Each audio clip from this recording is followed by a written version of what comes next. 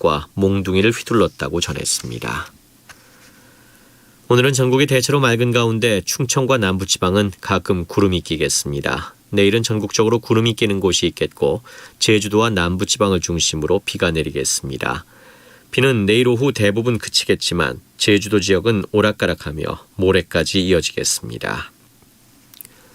지금까지 아나운서 이규봉이었습니다. 제1라디오 5시 뉴스를 마칩니다. KBS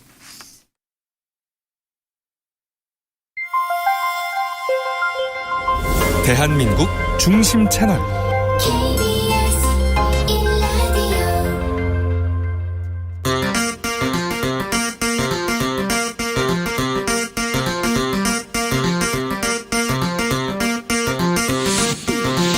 주진우 라이브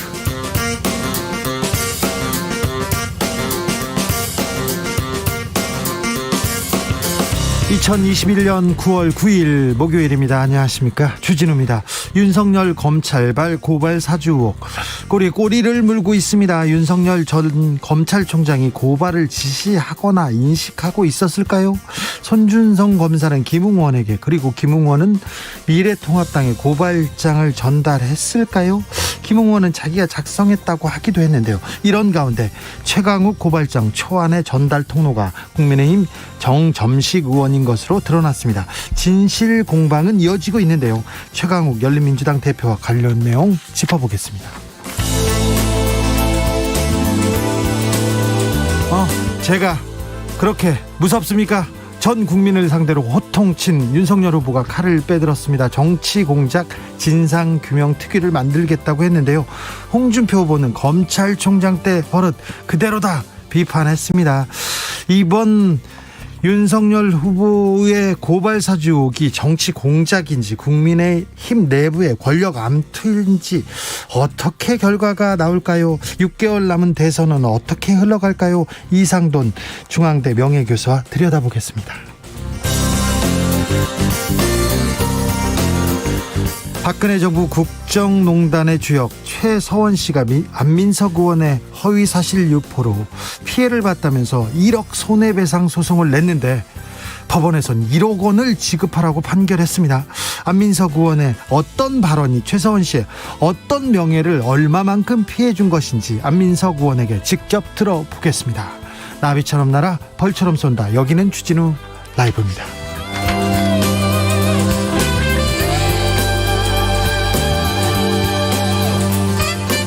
오늘도 자중자애 겸손하고 진정성 있게 여러분과 함께 하겠습니다.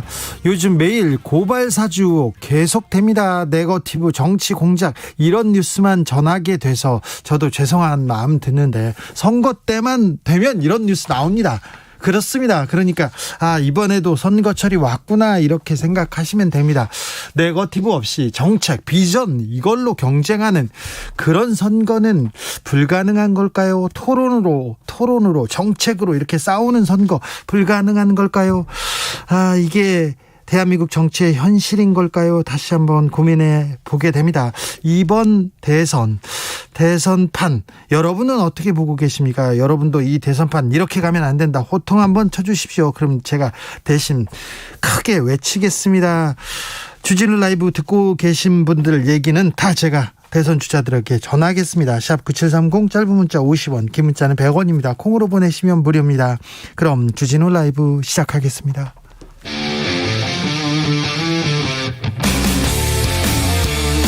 탐사보도 외길 인생 20년. 주 기자가 제일 싫어하는 것은?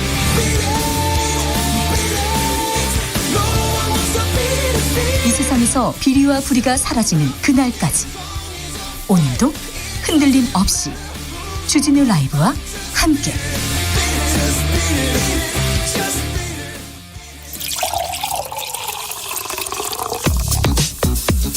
진짜 중요한 뉴스만 쭉 뽑아냈습니다. 주 라이브가 뽑은 오늘의 뉴스 주스.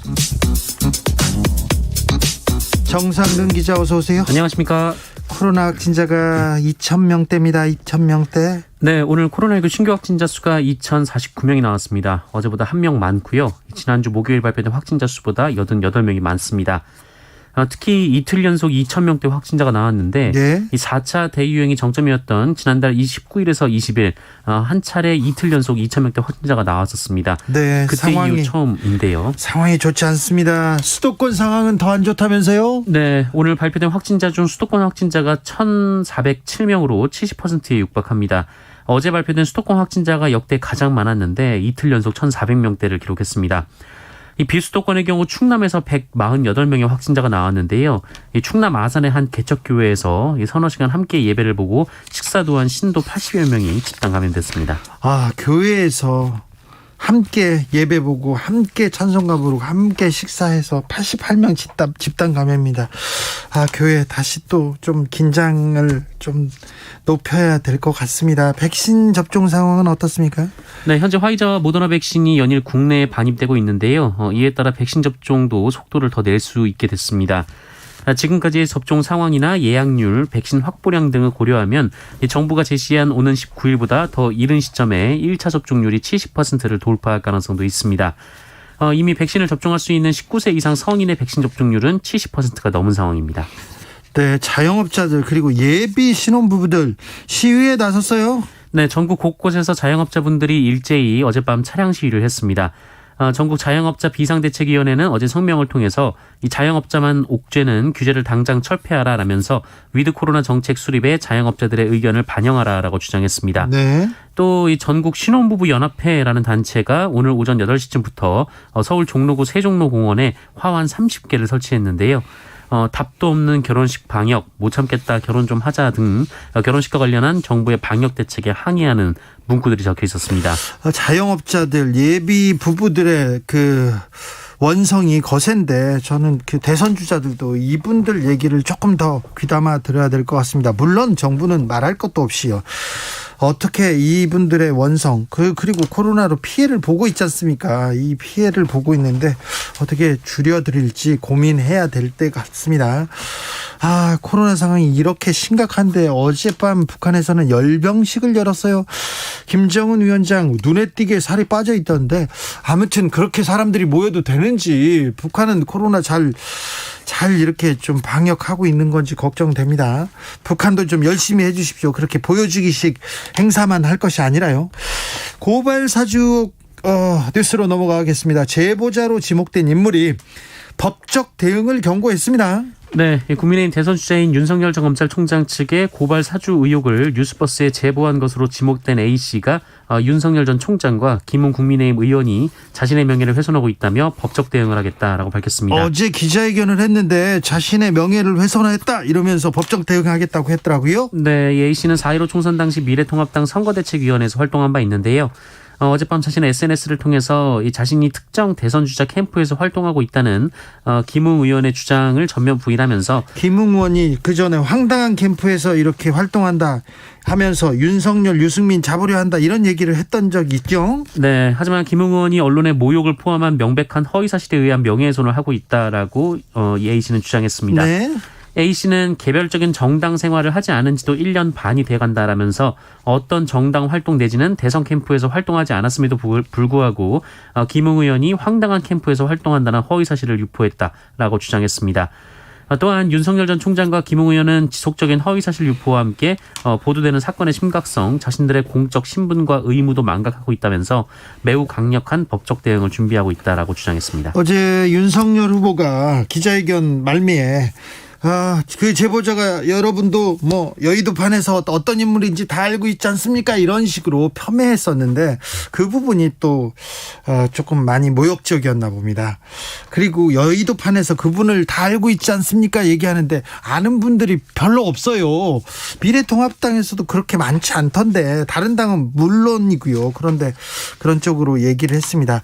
어제 윤석열 후보가 기자회견장에서 몇 가지 얘기를 하면서 조금 화를 내셨어요. 그리고 메이저 언론에서 말을 해라 뭐 이런 얘기를 해서 굉장히 그 말이 또 논란이 되고 있어요. 네, 윤석열 전 총장은 앞으로 정치 공작을 하려면 인터넷 매체나 이 재소자, 의원 면책 특권 뒤에 숨지 말고 국민이 다 아는 메이저 언론을 통해서 문제를 제기했으면 좋겠다라는 말을 했습니다. 예.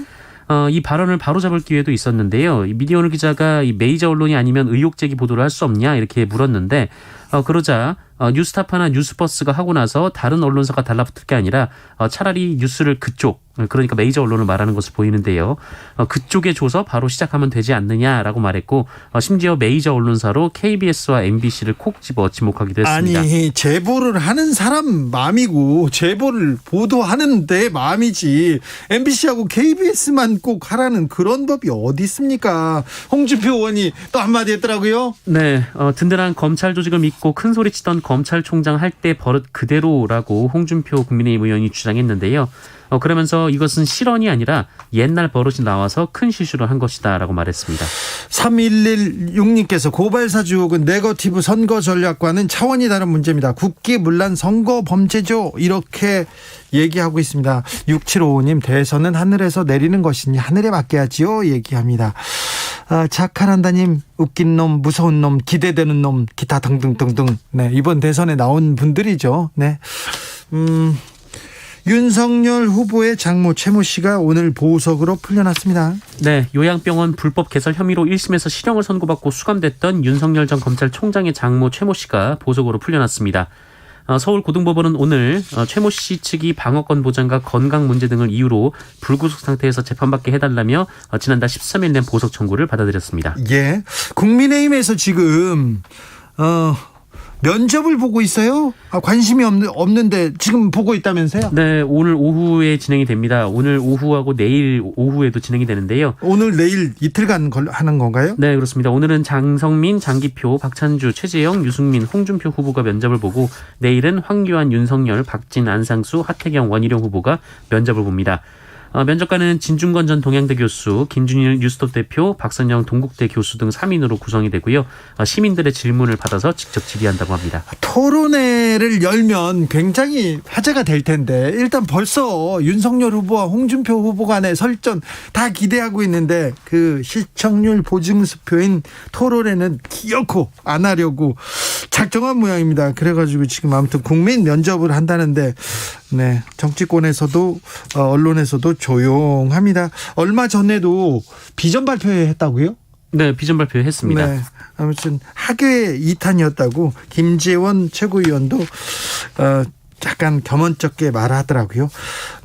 오늘은 김기현 국민의힘 원내대표가 교섭단체 연설을 했습니다. 네, 정기국회 개원과 함께 교섭단체 대표 연설이 이어지고 있는데요. 오늘 김기현 원내대표는 더불어민주당 대선 후보 중 누가 본선 후보가 되든 결국 문재인 정권 시즌2라고 주장하면서 부동산, 세금, 일자리 문제를 해결할 분명한 해답은 문재인 정권을 끝장내는 것이다 라고 주장했습니다. 부동산, 세금, 일자리 문제 여기에서 이번 대선 판가름이 날 거예요. 판가름이 날 건데 부동산, 세금, 일자리 문제를 외치는 대선 후보는 여도 야도 별로 없습니다. 그래서 이번 대선 어떻게 흘러가는지 이상돈 교수와 함께 좀 심도 있게 이야기 나눠보겠습니다. 경찰이 가로세로 연구소 출연진에 대해서 구속영장을 신청했습니다. 네, 이 경찰이 유튜브 채널 가로세로 연구소 출연진인 강용석 변호사와 김세희 전 MBC 기자에 대한 구속영장을 신청했습니다. 유튜버 김용호 씨도 구속영장을 신청한 것으로 전해졌는데 검찰이 기각을 한 것으로 전해지고 있습니다. 영장 집행 당시 김용호 씨는 경찰의 동행 요구에 곧장 응했으나 강용석 변호사와 김세희 전 기자는 영장 집행에 불응하며 이 종일 경찰과 대치했었습니다. 그 전에도 경찰이 불렀는데 안 가서 출석 요구에 응하지 않아서 체포영장이 발부된 거예요. 네, 이 사이버 명예훼손, 모욕 등의 혐의로 무려 10여 건 이상 피소가 된 상황인데요. 경찰 출석 요구에 응하지 않아 왔었습니다. 네. 한편 어제 하루 종일 가로세로 연구소 출연진 체포에 항의하는 이 구구 인사들의 시위가 이어졌는데요. 이들은 방역수칙상 집회 시위가 금지가 돼 있는데 처음에는 1인 시위를 했다가 오후가 되면서 간격이 좁아졌고 경찰은 이를 체증한 상황입니다. 아무튼 이렇게 법에 응하지 않아서 체포영장이 발부되고 그러면 또 여기에 또 후원금이 쏟아진다고 합니다. 그래서 또 강하게 반발하고 있다고 하는데 이 상황 어떻게 되는지 네, 지켜보도록 하겠습니다. 드라마 DP가 화제를 모으고 있는데 정작 DP병은 내년부터 사라진다고요? 네, 국방부 조사본부는 내년 7월 1일부터 그리고 육군은 8월 1일부터 DP, 그러니까 이른바 탈영병 체포조 이 병사 보직이 폐지가 됩니다. 현재 군내 DP병은 약 100여 명인데요. 이 병사보직이 사라지게 되면 앞으로 군사경찰과의 이 부사관이나 혹은 이제 군무원이 이 수사 보조 역할을 수행하게 됩니다. 사실 좀 전문적인 영역이기 때문에 그 좀 경험 그리고 수사 능력 이런 게 필요합니다. 네, 이 법이 통과된 것에 따른 후속 조치인데요. 네. 이 출생률이 낮아지면서 이 병사들을 행정 인력으로 쓰지 않는 추세이기도 하고 또 영장을 집행할 때 병사들이 개인 정보를 볼 수 있기 때문에 좀 부적절하다는 지적이 있어 왔습니다. 오래전부터 준비되었던 제도라고 하죠. 네, 그래서 드라마 방영과는 무관하다라고 입장을 밝혔습니다. 7294님 메이저 방송 메이저급 라디오 진행자 주 기자님 방송 잘 듣고 있습니다. 메이저 화이팅 얘기하는데 메이저 리그나 뭐 중요하지 이 방송은 중요하지 않습니다만 아무튼 저희는 네 제보 잘 받고 국민의 뜻 여러분의 뜻 잘 전달하도록 하겠습니다. 메이저가 아니고 마이너가 그게 무슨 소용인데요 무슨 상관인데요. 네 주스 정상근 기자와 함께했습니다. 감사합니다. 고맙습니다.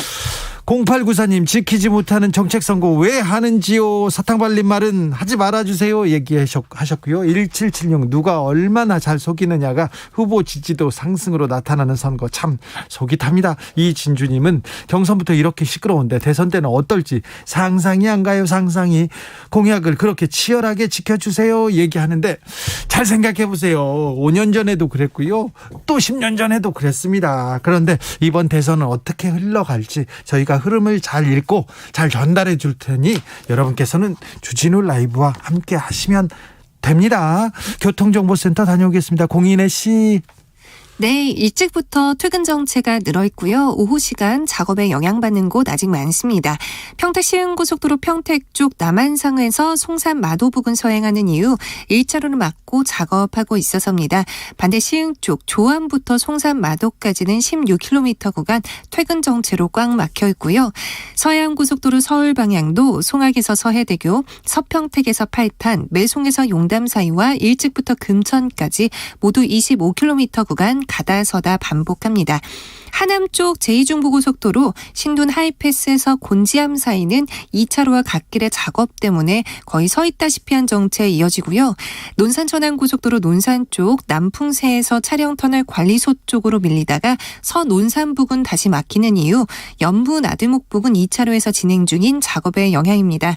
끝으로 수도권 제일수단선 일산에서 판교 쪽 일산 나들목부터 송내까지는 18km 거의 전 구간에서 정체 서행합니다. KBS 교통정보센터였습니다.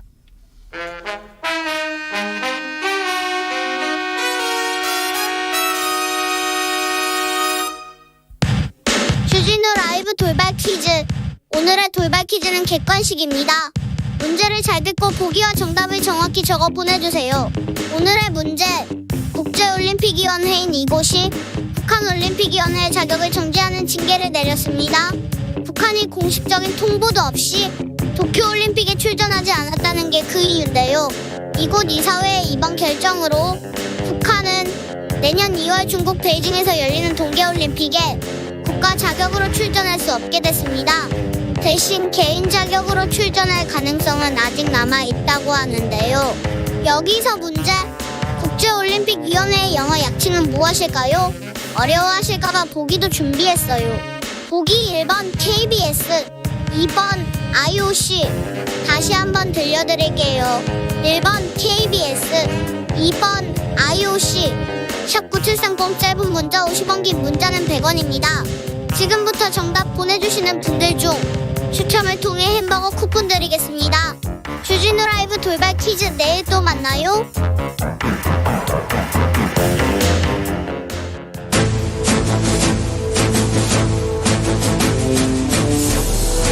때는 2021년 여야의 오선 의원 둘이 태평성대를 위해 큰 뜻을 도모하였느니라. 오선의 지혜와 품격으로 21대 국회를 이끈다. 오선의 정치비책 정비록. 소년급제. 하지만 줄서기 정치는 거부해왔습니다. 대한민국 국회를 이끄는 쌍두마차 수도권 내리오선 안민석 더불어민주당 의원 어서 오세요. 네, 오랜만입니다. 안민석 의원입니다. 영남권 내리오선 조경태 의원 전화 연결돼 있습니까? 네, 반갑습니다. 조경태입니다. 먼저 신상 발언 안민석 의원님께 여쭙겠습니다. 최서원 씨의 명예 1억 원인데 그 1억 원 다 줘라 이렇게 안민석 의원한테 판결을 했더라고요. 어떤 내용입니까? 민사소송이라는 거는 변론을 하지 않으면은 네. 고발자 주장이 100% 받아들여지거든요. 네. 그래서 제가 이번에는 무변론으로 했고요. 네. 그래서 최순실 씨의 주장이 네. 어이없는 주장이 네. 100% 받아들여진 것이고요. 아니 그러면 어이없는 주장이라고 해서 변론을 아예 하지 않았습니까? 이거는 바보 작전입니까? 멍청이 작전입니까? 네, 아무튼 무변론으로 변론하지 않으셨어요? 했고요. 네. 네. 왜냐하면 이게 자체가 의의가 없는 사건이지 않습니까? 최순실 씨가 국기를 문란하고 국정농단을 한 채로 예. 지금 18년형을 받아서 네. 지금 평생 감옥에서 반성을 하고 있어야 될 텐데 네. 이런 저에 대한 공격과 고발은 가당치도 않는 것이죠. 네. 그리고 제가 허위 사실을 이야기한 적도 없고요. 자, 허위 사실을 얘기하지 않았는데, 자, 최순실 재산 300조다 이렇게 얘기하고 다녔다면서요? 그런 사실 없습니다. 그 300조라는 거는요. 과거에 미국 의회에서 박정희 대통령의 통치 자금을 한 2년 정도 조사를 한 조사 보고서에 프레이저 보고서죠? 예. 지금 현재 액수로 따지면 한 300조 정도의 통치 자금을 모았고 당시에 8조 원 정도의 비자금을 그렇게 많이 모았냐? 그건 모르겠습니다. 미국 의회가 공식적으로 네. CIA와 전문조사 전문가들이 추적을 한 그 보고서가 그 공식으로 있는 것이거든요. 네. 그래서 저는 그 보고서에 나와 있는 그 액수를 네. 그것이 당시에 이제 한 8조 돈이고 지금 뭐 화폐 가치라든지 여러 가지 물가 변동 따져서 한국은행에서 한 300조 정도 된다는 그런 이제 의견을 이제 내서 네. 그래 통치자금이 300조일 것이고 그리고 그 300조를 어디서 쓸까? 그 중에 일부가 스위스 비밀은행으로 갔을 것이다. 그리고 그 돈을 관리했던 그런 사람들의 명단도 프레이저 보고서에 나옵니다. 그래서 그러한 돈의 일부가 최태민을 거쳐서 이제 최순실에게 흘러갔을 것이다. 그 정도의 이제 합리적인 의심을 추정을 했고요. 독일 헤센 검찰에서 수사를 하고 있고 한국 검찰에서 수사를 하다가 멈췄죠. 그런데 민사 소송을 이렇게 판결을 내렸습니까? 이것이 이제 형사 고발도 돼 있어요. 그래서 저는 이제 형사 고발에 치중을 했고요. 그래서 형사 고발이 끝나면은 이 민사 소송도 쉽게 해결될 거라고 이제 그렇게 이제 보고 있었는데요. 네. 그렇게 갑자기 이제 판결이 내려져서 이제 뭐 한마디로 좀 의의가 없습니다. 의의가 없는데 민사 소송의 성격 자체가 무변론을 하게 되면은 네.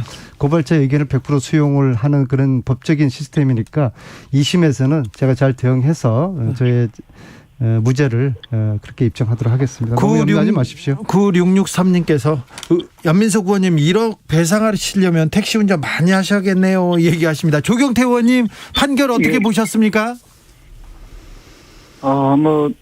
우리 동료 의원님께서 그런 또 손해배상 청구에서 또 패소한 부분에 대해서 많이 좀 안타깝습니다만은 어쨌든 법원의 판결이 그리 났기 때문에 방금 말씀 주신 대로 또 2심과 또 이게 남아 있으니까 네. 거기에 대해서 결과를 계속 지켜보는 게 좋겠다 생각을 합니다. 알겠습니다. 1심 재판부에 전혀 변론을 하지 않아서 이건 상식에 맡기겠다. 최서원 씨가 국정농단의 주범이고 이 땅에 끼친 영향이 이만큼이니까 변론을 하지 않아서 1심은 그렇게 판결 냈으니까 2심 어떻게 되는지 지켜보겠습니다.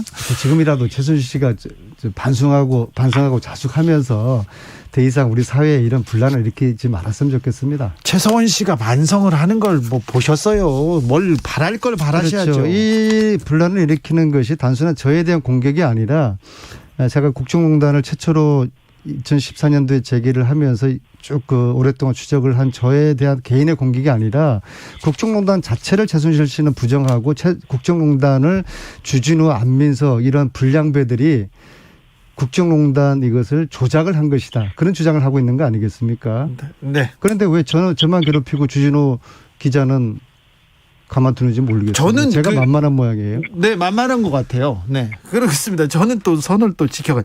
자, 홍준표 의원의 지지율 상승세.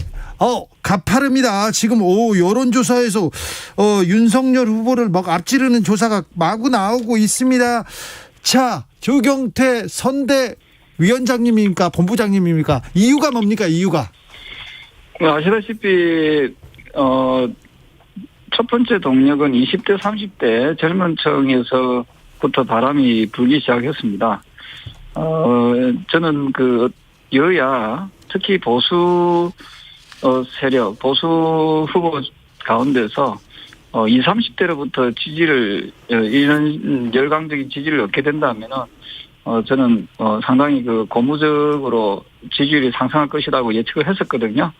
근데 저희들은 골든 크로스가 추석 직후에 네. 있을 거라고 봤는데 그거보다 약 2주 정도 좀 앞당겨져서 이런 그 가파른 상승세를 가지고 오는 것은 결국 우리 국민들과 당원들께 상당히 감사하다라는 생각을 하고요. 저희들 캠프에서는 여기에 고무되지 않고 묵묵하게 겸손한 마음으로 차분하게 잘 대응해 나가도록 하겠습니다. 국민 면접은 잘 끝났습니까? 여유가 돋보였다는 평가가 많습니다. 홍준표 의원이.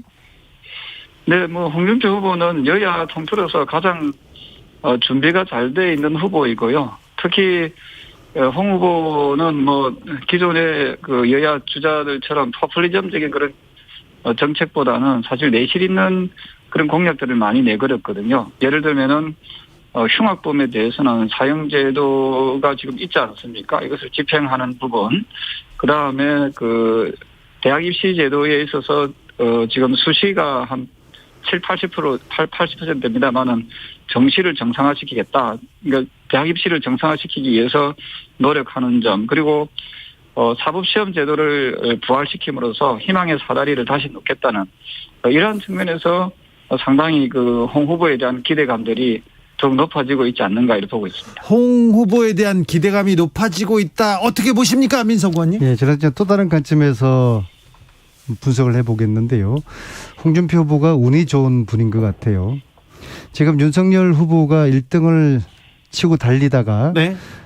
스스로 소위 말하는 잡벅을 해서 네.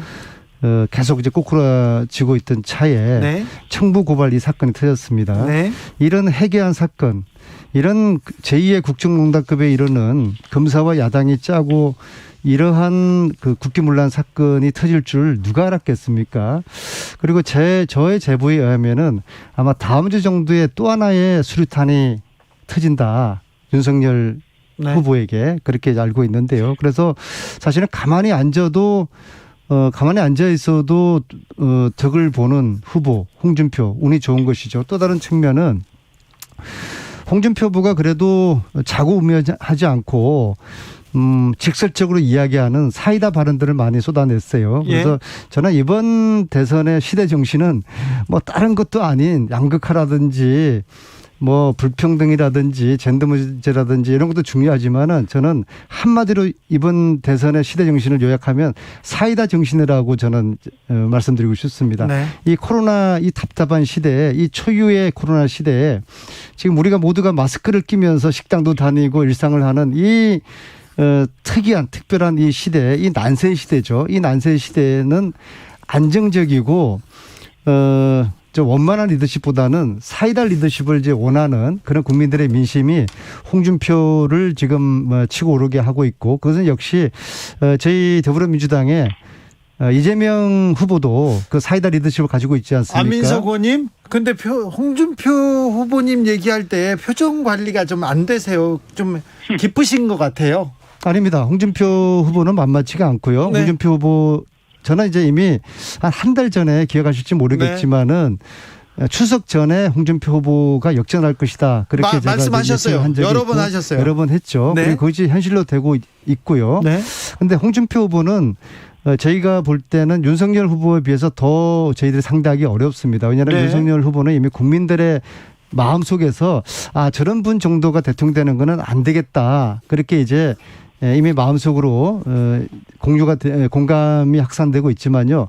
홍준표 후보 같은 경우에는 영남에서 굉장히 강세를 보이게 될 것입니다. 특히 본인이 지사를 했던 그리고 고향이 창녕이지 않습니까? 네.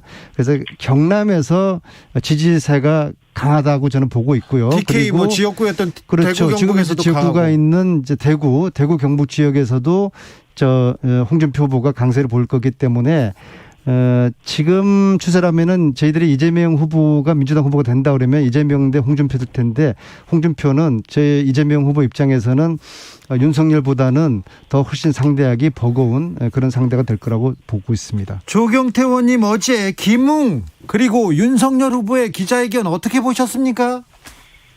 네, 잘 봤습니다. 네. 그게 답니까? 네. 그 김웅 의원은 특별한 그 내용이 나오지 않았지 않습니까? 네. 예, 그래서 뭐 특별히 제가 언급할 부분은 없는 것 같고요. 예. 윤석열 그 후보의 경우에는 이제 당사자가 이제 그런 여러 가지 부분에 대해서 반론도 제기하셨는데요. 아시다시피 어떤 그 우리가 대선 때 보면은 항상 그 각종 의혹이나 그 공작 정치가 만연했습니다. 네. 그런 측면에서 우리가 이럴 것이다라고 확신해서 예단해서 하는 것은 바람직한 모습은 아닌 것 같고요. 그런 의미에서 저희들은 조용히 좀 지켜보고 있고 어쨌든 여당에서 너무 지나치게 윤석열 후보에 대해서 그 공세를 펼쳐 나가는 것은 바람직하지 않다 이렇게 보고 있습니다. 아, 네. 알겠습니다만 저 고발장이 국민의힘 그러니까 과거에는 미래통합당 쪽에서 전달된 거는 확인됐다 이렇게 나왔잖아요. 그런데 저 국민의힘에서 빨리 이 문제를 좀 매듭 짓고 앞으로 나가야 될 텐데 자꾸 이 문제 고발 사주옥이 계속되면 당내 홍준표 후보한테도 좀 불리하고 조금 국민의힘한테 불리한 거 아닙니까? 네, 이 부분에 대해서도 역시 참 좋은 말씀이거든요. 당내의 문제라고 한다면은 당내에서 어쨌든 그 이해 당사자들이 그 진실에 대해서 그 의혹에 대해서 밝혀내는 진실되게 밝혀내면 된다 보고 있고요. 네. 또한 이게 사법부에서 또 판단해야 될 문제 같으면은 사법부에서도 이 부분에 대해서 잘 판단하면 될 문제라고 보고 있고요. 근데 이것을 그 우리 야당에서의 그 이야기 해결해야 될 부분을 지나치게 여당에서 뭐 총공세를 하는 그런 모습은 바람직한 모습은 아니다 이래 보고 있습니다. 안민석 의원님.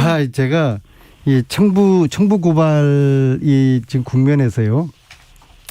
그 잘났다고 하던 이준석, 윤석열 그리고 검사 출신의 김웅 의원 이런 분들이 바보 코스프레를 하고 있는 것 같아요. 윤석열 후보께서는 정치 공작이라는 것으로 덮어씌우고 있는 것인데요. 자기의 수족인 그 손준성이라는 검사가 고발장을 야당 총선 후보에게 전달을 해준 것이 네. 그게 지금 사실로 들어가고 있지 않습니까? 네. 그럼 여기 대해서 적어도 유감이고 미안하다는 그게 사실 자기가 시키지 않았더라도 적어도 자기 부하가 그랬으면 자기 수족이 그렇게 했으면은 거기에 대해서 좀 사과 표현이 있어야 되는 건데 조경태 의원님 정치 공작으로만 지금 몰아붙이고 있고요. 조경태 의원님 만약에 손준성 검사가 김웅 의원한테 고발장을 줬다. 그 증거를 가지고 지금 고발이 됐다. 이렇게 드러난다면 윤석열 후보가 사과해야 되는 거 아닙니까? 글쎄요. 그 윤 후보가 사전에 인지를 했느냐 안 했느냐 그게 차이가 좀 있을 수 있거든요. 예. 예, 저는 제 생각에는 인지하지 못했을 것이라고 보고 있고요. 저는 그 홍준표 후보를 도와주고 있는 입장에서 네. 좀 어찌 보면 유력한 라이벌이라고 할 수 있는 윤석열 후보 네. 쪽에 대해서 제가 너무 지나치게 이야기하는 것은 좀 바람직하지 않다고 보고 있고요. 알겠습니다. 어쨌든 이 문제를 좀 잘 슬기롭게 잘 풀어내므로써 우리 경선이 좀 더 정정당당하게 네. 치러낼 수 있도록 하는데 제가 최선의 노력을 다하겠습니다. 그럼요. 빨리 끝내야 될 텐데요. 빨리 해결해야 될 텐데. 안민석 의원님. 조경태 의원님 그렇게 표정 관리하지 마시고요. 예, 윤석열 후보가 정치 공작 이 프레임으로 쓰이는 것에 대해서 홍준표 후보도 공격하고 비난을 하고 있지 않습니까? 예, 그리고 김웅 의원의 태도가 오락가락하면서 결국에는 누가 줬는지도 잘 모르겠다. 누구에게 전달했는지도 잘 모르겠다. 이렇게 머리 좋으신 양반들이 이렇게 바보 코스프레를 하지 마시길 바라고요. 영국 속담에 한 가지 진실을 듣기 위해서 7가지 거짓말을 해야 된다는 속담이 있습니다. 진실을 이야기하면 다 해결될 것을 김 의원님께서도 제일 초반 대응을 좀 잘못하신 것 같아요. 내가 누구한테 받았고 읽어봤더니 조금 심각해서 당에다 이것을 전달했다. 그렇게 이야기했으면은 본인도 살고 국민들에게 진정성을 전달할 수 있을 텐데 처음부터 뭔가 이 진실을 덮으려는 그런 생각에서 계속 이렇게 스텝이 꼬여가고 있는, 그리고 김웅 의원은 지금은 이도 저도 못하는 그러한 지금 위기에 처해 있는 것 같습니다. 네, 아무튼 안민석 의원님이 미국 유학파인데 영국 속담을 얘기해가지고 제가 조금 당황했습니다. 지금 안 의원께서는 자꾸만 뭐 표정 관리라고 뭐 표현하시는데요. 저는 뭐 초지일간 네. 소신을 얘기했고요. 예, 품격을. 예, 저는 우리 여든 야든 경선이 좀 아름답게 상대방을 좀 네거티브하지 않고 네. 서로의 정책에 대해서 좀 더 논의하는 그런 어떤 건전한 좀 더 생산적이고 미래지향적인 그런 경선으로 이어지길 바란다는 그런 말씀을 드리고. 알겠습니다. 적어도 예, 표정 예. 관리가 아니라 조경태 의원님께서는 홍준표 후보의 선대 위원장이지 않습니까? 그러면은 이것은 여야의 문제가 아닌 것이거든요. 검찰의 심각한 정치적인 중립을 위반한 것인데 예. 사실을 진실을 말하라는 그 정도의 워딩은 해 주셔야지 정치인다운 그건 그런 앞서 제가 자세죠. 말씀을 드렸고요. 사실은 2002년 대선 때 보면은 김대엽의 소위 말해서 병풍 사건, 병력 비리 사건이라든지 이해창 후보에 대해서 당사자의 20만 불 수수설 이런 게 그 당시에는 마치 진실이냐 언론에 보도되고 또 당사자들 폭로했던 사람들은 심지어 녹음 테이프까지 가지고 있다라고 호언장담을 했었습니다. 근데 나중에 보니까 이해창 후보의 20만 불 수수설은 거짓으로 밝혀졌고요. 네. 또 김대엽 병풍 사건 역시도 거짓으로 밝혀짐으로써 다 실형을 받지 않았습니까? 근데 이런 부분에 대해서 우리가 네. 조금 더 좀 책임지는 모습, 그 진실을 좀 더 확인하기 위해서 시간이 걸릴 수밖에 없다. 그런 의미에서 좀 더 우리가 조심스럽게 접근하자, 그런 말씀을 드립니다. 알겠습니다. 진실은 시간이 걸린다. BBK도 정치 공작이라고 했는데 그건 다 사실이었는데 말입니다. 6060님께서 윤석열 후보가 더 사이다 같은데요. 기자회견에서 국민들 등골을 온싹하게 만들더라고요. 얘기합니다. 3050님은 홍준표 후보 공약 중에서 국회의원 줄인다는 말 제일 마음에 듭니다. 홍준표 이렇게 얘기합니다.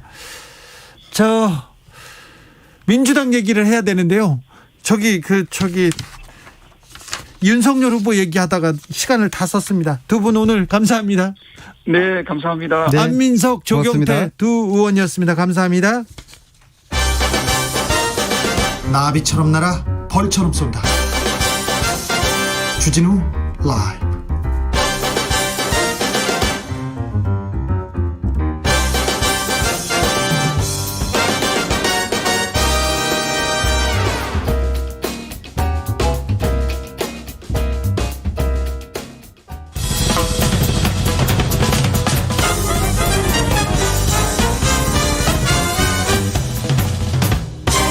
훅 인터뷰. 모두를 위한 모두를 향한 모두의 궁금증 훅 인터뷰. 윤석열 검찰발 고발 사주옥에 나오는 인물이 있습니다. 야당에서 이분을 고발해달라, 그러면 검찰이 수사하겠다, 이렇게 했다는데요. 최강욱 열린민주당 대표입니다. 사주 의혹 고발장이 공개됐을 때 실제 고발장과 판박이처럼 똑같아서 논란이 일기도 했었는데 현재 상황 어떻게 보고 계신지 직접 물어보겠습니다. 최강욱 열린민주당 대표, 안녕하세요. 네, 오랜만입니다. 네, 대표님, 윤석열 고발 사주 의혹 핵심이 뭡니까? 핵심이? 검사가 사적 보복을 하면은 깡패라고 했잖아요. 네. 본인과 관련된 사안에 대해서 사적 보복을 시도한 것이고 수화를 동원해서 네. 그것도 야당과 함께 공작을 한 사건이라고 저는 생각합니다. 아, 그렇습니까? 네. 고발장에 대표님 이름을 등장합니다. 그러면 만약에 검사가 야당 정치인한테 이 사람 고발해줘, 그러면 우리가 수사할게, 이렇게 만약에 이게 사실로 드러난다면 이거 법적으로도 큰 문제죠. 당연히 큰 문제일 뿐만 아니라 네. 역사상 그런 전례도 없고 네. 사실은 상상할 수도 없는 일이잖아요. 네. 그런데 지금 중간 단계에서 내놓는 해명마다 지금 다 거짓말로 드러나고 있어서 네. 저도 또 그 과중에 또 뭐 당에서는 공식 접수를 안 했다고 하던 분들이 당에서 나온 초안까지도 똑같이 판박이로 베끼기를 한 걸 보고서 정말 경악하고 있습니다. 네. 아직 윤석열 전 총장과 연결고리는 명확하게 드러나지는 않았습니다. 사적, 네. 그런데 그래서 윤석열 후보 측에서는 정치 공작이다 이렇게 얘기하더라고요. 네. 어떻게 보셨어요? 원래 이제 팩트에 대해서 할 말이 없는 사람이 프레임 전환을 위해서 자꾸 정치 공작이라는 어떤 큰 프레임을 제시를 하는 거죠. 그러니까 팩트에 자신이 없으니까 네. 메신저를 공격하는 거, 네. 그다음에 본인들이 새로운 프레임을 만들어 갖고 사람들이 현혹하는 거. 네. 지금 뭐 그런 작전을 소위 기술을 쓰고 있다고 생각하고요. 네. 그게 이제 먹히질 않죠. 왜냐하면 그 상식이나 또 검찰 내부의 관행이나 일반적인 통념과 워낙 어긋나는 해명들을 하고, 그다음에 본인들 스스로 지금 당 내에서도 서로 말이 다 다르잖아요. 네. 그러니까 이제 그런 과정에서 정치 공작이라고 한다면 정치 공작에 참여할 사람들이 지금 현재 그 드러난 사람들로는 다 당내 인사 아니면은 검사인데, 네. 그게 어떻게 설득력이 있을지 모르겠고, 하다 이제는 제가 최근에 보도를 봤습니다마는 그 문제의 손준성 검사가 최강욱 라인이다, 최강욱이가 심은 사람이다, 네. 여기까지 갔더라고요. 네. 이거는 정말 대단하지 않습니까? 그러니까 네. 얼만큼 궁하고 얼만큼 지금 거짓말을 만들어내는 데 있어서도 체계가 없는지 그거를 입증해주고 있는 것 같습니다. 지난해 8월이었습니까? 미래통합당에서 최강욱 의원을 고발했습니다. 네. 고발되었을 당시에 좀 네. 검찰의 이런 분위기, 이런 상황 예상하셨습니까? 전혀 몰랐죠. 전혀 몰랐고, 중간에 이게 10월 14일인가가 아마 공소시효 만료되는 날이었을 거예요. 예. 근데 그때 제가 한창 국정감사가 진행 중이었거든요. 네. 그때 있는 동안에 느닷없이 문자를 받고 알았고, 그 전에 한번 무슨 저희 비서관한테 연락이 와가지고 이거 뭐 별거 아닌데 고발장이 들어와서 그냥 이 입장에 관한 뭐 해명문 하나만 써주십시오. 뭐 그게 다였거든요. 네. 근데 그러고서 제 기억에 한 달도 안 된 것 같은데, 그러고서 국정감사 중에 같은 자리에 있던 우리 동료 박상혁 의원이 저한테 기소됐다는 기사가 담긴 링크를 보내줘가지고, 네. 밤 늦은 시간에 처음 알았는데, 네. 뭐 참 너무 어이가 없더라고요. 네. 황당했죠. 당에서 써주는 고발장, 그리고 직접 나중에 김웅 의원이 전달한 고발장에 최강욱 네. 대표의 주민번호가 다 틀려 있다. 네. 이 얘기는 뭔가요? 원래 제 주민등록번호가 있지 않겠습니까? 예. 근데 그 주민등록번호가 그 실제 생년월일과 다른 게 앞자리 번호입니다. 네. 원래 앞자리 6자리는 생년월일이잖아요. 네. 그런데 제 실제 생년월일이 적혀있는 유일한 데가 제 기억에 제가 그렇게 써서 제출한 데가 법조인 대관이거든요. 네. 그러니까 이제 법조인 대관을 보고 작성할 수 있는 법률가가 그걸 쓰지 않았을까 하는 것이고, 예. 공교롭게도 제 주민번호만 틀린 게 아니라 역시 법조인 대관에 주민번호와 다른 실제 생년월일이 기록되어 있는 우리 황희석 변호사님의 경우에도 네.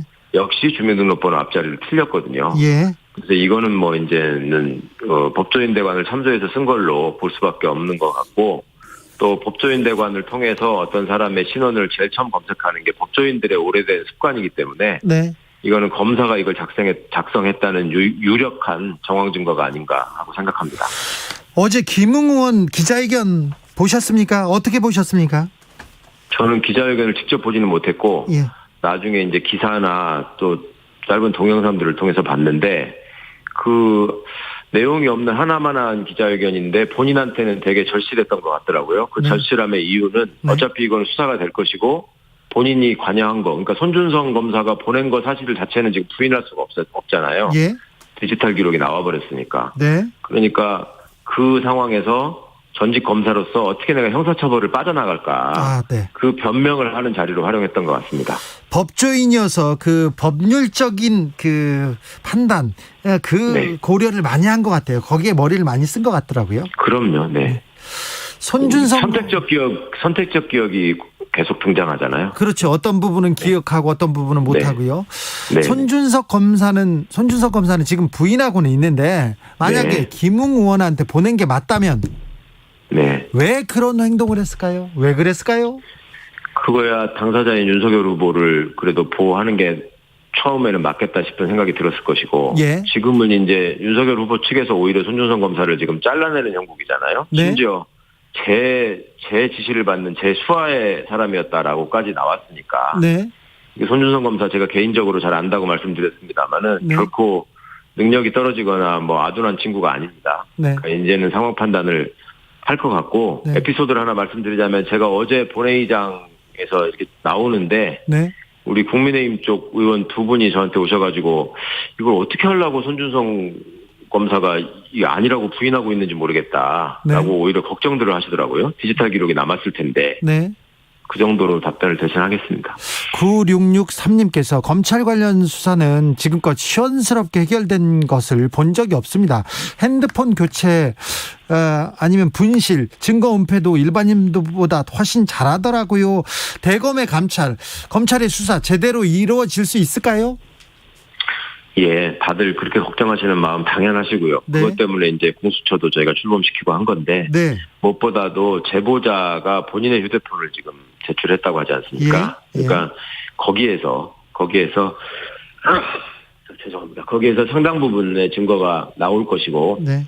그걸 근거로 대검 감찰부는 내부의 여러 가지 흔적들을 많이 확인하고 있을 것이고 확인됐을 거라고 믿고 싶습니다. 네. 아직까지 뭐 검찰을 불신할 수 있는 그 정황은 제가 아직 발견하지 못했고요.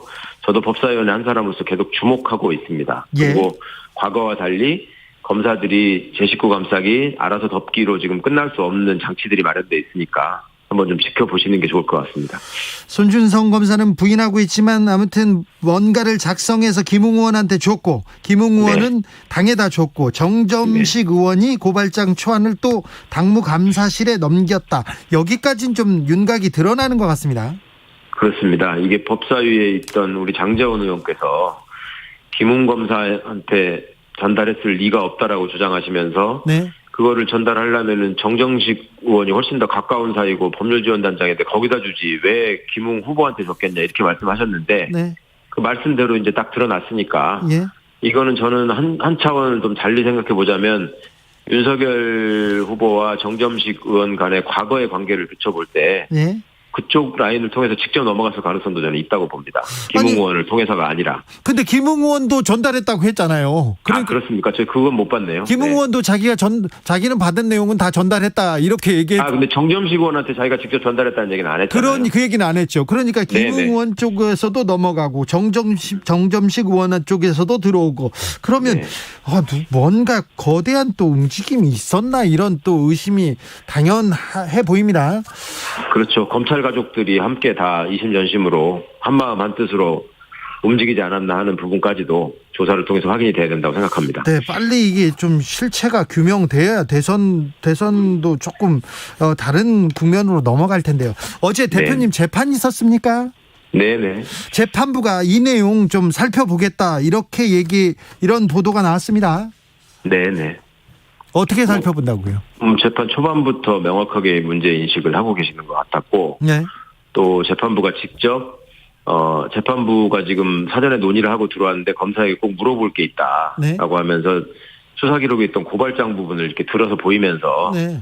이 고발장은 누가 쓴 거냐라고 그렇죠. 물었습니다. 검사가 뭐라고 했습니까? 근데 그 검사는 기록상으로는 그 무슨 당의 조 무슨 변호사가 예. 고발 대리인으로 와서 진술을 했습니다. 이렇게 얘기를 했고, 예. 그다음에 접수한 사람은 조 변호사가 아니고 무슨 팀장 직함을 갖고 있는 당직자분인 것 같더라고요. 예. 그 부분으로 기록에 나온다. 이 부분까지 확인을 했고, 그래서 재판부는 이 부분에 대한 진상 규명이 필요하고 그게 진행되고 있으니 그것이 확인될 때까지 선거법 사건은 아시다시피 빨리 마무리되도록 하기 때문에 항소심을 3개월 안에 마쳐야 되는데 네. 이 사건은 국민적 의혹이 커지고 있으니 3개월 안에 마칠 수 없을 것 같다라고 하면서 그 조사 결과를 지켜보겠다는 의미에서 11월로 기일을 잡았습니다. 이 고발이 어떻게 됐는지 그 시작을 네. 좀 살펴보겠다는 뜻인 것 같습니다. 그렇습니다. 그런데 저는 조금 어제 기자회견을 살펴보면서 지켜보면서 이게 국민의힘 내부에서 있었던 일인데 제보자도 네. 그렇고 뭐 전달 내용도 다 검찰 혹은 국민의힘 내부에서 있었던 일인데 왜 자꾸 여당을 공격하는지, 왜 이게 그 공작이라고 하는지 그 부분이 조금 의아하던데 어떻게 이 부분은 어떻게 생각하십니까? 그러니까 이제 급하니까 다급하고 그다음에 당사자인 윤석열, 김웅 두 분이 진실을 얘기해줘야지 무슨 대처를 할 거 아니에요.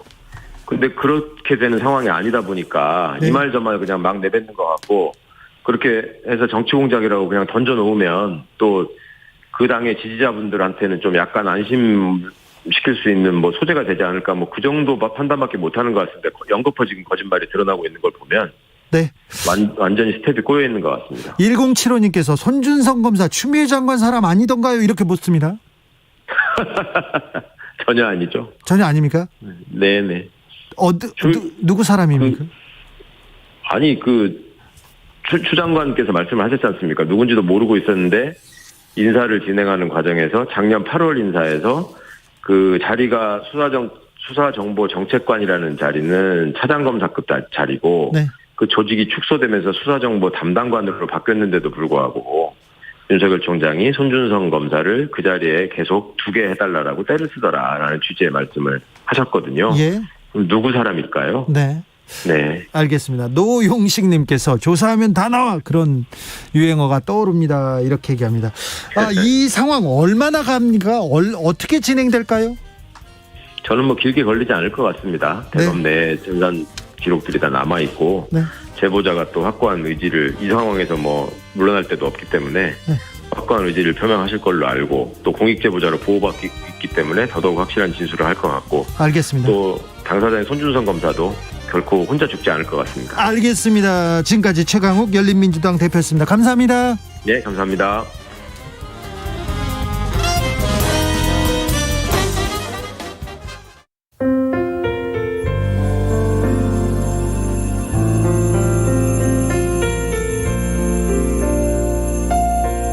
KBS 라디오 연중기획 희망충전 대한민국 446번째 이야기. 안녕하세요. 아나운서 이현주입니다. 17년 전 주호가 3살이 됐을 때 부모님은 하나밖에 없는 아들 주호가 또래보다 조금 느리다는 걸 알았습니다. 결국 주호는 청각장애와 자폐성 장애 진단을 받았는데요. 올해 20살이 됐지만 할 수 있는 말은 그저 좋아요와 싫어요 뿐입니다. 누군가의 도움 없이는 정상적인 생활이 어려운 주호. 든든한 지원군이었던 아빠가 안타까운 사고로 세상을 떠난 이후로는 엄마 혼자 생계를 책임지면서 주호를 돌보고 있습니다. 무릎 통증이 심해지면서 거동이 힘들어진 엄마는 언제까지 이 생활이 지속할 수 있을지 걱정입니다. 세상의 유일한 가족인 주호와 엄마가 지금의 걱정을 한시름 덜어내고 희망을 마주할 수 있도록 여러분이 사랑을 전해주세요. 코로나19 여파로 사례자와 취재팀의 안전을 위해 사연으로 대신 전달합니다. 여러분의 따뜻한 손길이 희망의 빛이 됩니다. ARS 060-700-1580 060-700-1580 한 통화 3,000원으로 희망을 선물해주세요. KBS 라디오 연중기획 희망충전 대한민국은 초록우산 어린이재단, 인탑스 주식회사 그리고 청취자 여러분과 함께합니다. ARS 060-700-1580 한 통화 3,000원입니다.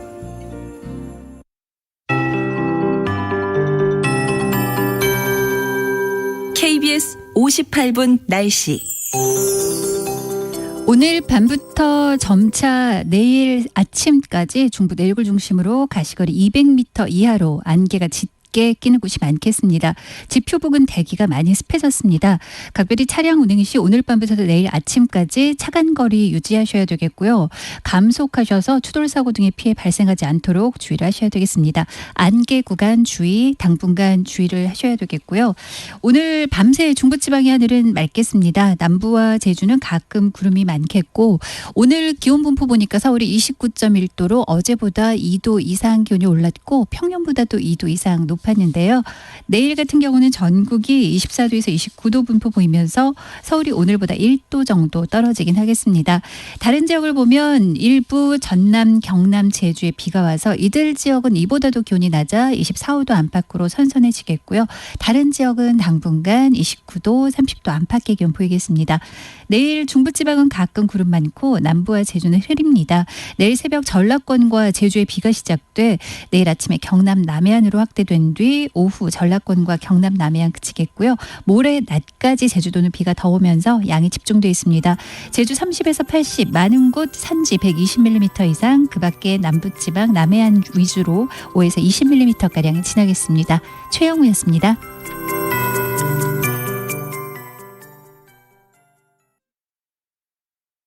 정성을 다하는 국민의 방송 KBS가 6시를 알려드립니다. AM 711kHz, FM 97.3MHz, KBS 1라디오입니다. HLKA.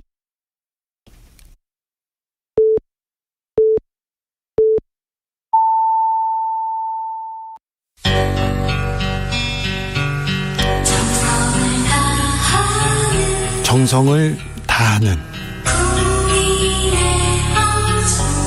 국민의 방송 KBS 주진우 라이브, 그냥 그렇다고요. 주진우 라이브 2부 시작했습니다. 지역에 따라 2부부터 함께 하시는 분들 계시죠? 반가우시죠? 어서 오십시오. 함께 해주십시오. 저희는 7시까지 함께합니다. 1부가 궁금한 분들은 유튜브에서 주진우 라이브 검색하시면 1부부터 들을 수 있습니다. 라디오 정보센터 다녀오겠습니다. 정한나 씨. 정부가 내년까지 조선 분야 생산 기술 인력 8,000명을 양성하고 친환경 자율로낭 선박의 시장 점유율을 2030년까지 각각 75%, 50%까지 높이기로 했습니다. 또한 이를 통해 세계 1등 조선 강국으로 다시 도약하겠다는 비전을 제시했습니다. 저작권 침해 게시물의 링크를 공유만 해도 저작권 침해 방조범으로 처벌할 수 있다는 대법원의 새로운 판단이 나왔습니다. 대법원은 링크를 하게 되면 실제 게시물을 만든 사람의 저작권 침해 행위가 용이하게 되고 공중송신권 침해가 강화된다고 판단했습니다. 6.15 공동선언 실천 남측위원회는 북한 올림픽위원회에 대한 징계가 올림픽 정신을 훼손하는 결정이라며 즉각 철회할 것을 IOC에 요구했습니다. 이들은 징계 사유인 북한의 도쿄올림픽 불참 결정에 대해 보건 위기로부터 자국민을 보호하겠다는 구육지책이었다고 주장했습니다. 경찰이 집회 및 시위법, 감염병 예방법 위반 혐의로 민경욱 전 의원을 포함한 4.15 부정선거 국민투쟁본부 관계자 3명을 입건하고 수사에 착수했습니다. 이들은 1년 넘게 서울 지하철 2호선, 강남역 인근 등에서 매주 불법 집회를 연 혐의를 받고 있습니다. 지금까지 정보센터 뉴스였습니다.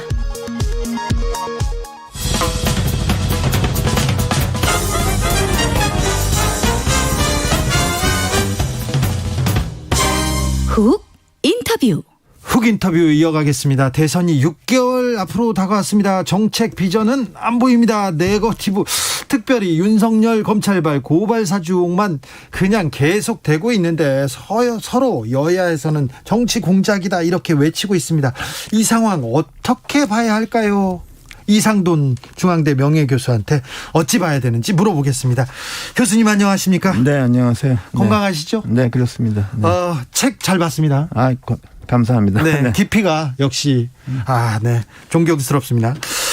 지난번에 출연하셨을 때 4.7 재보궐선거 정부와 여당이 부동산 잘못 건드려가지고 세금 가지고 놀다가 참패했다 이렇게 진단하셨습니다. 그러면서 이 정부는 이미 끝났다 이렇게 평가하셨는데 이 평가가 아직 유효하십니까?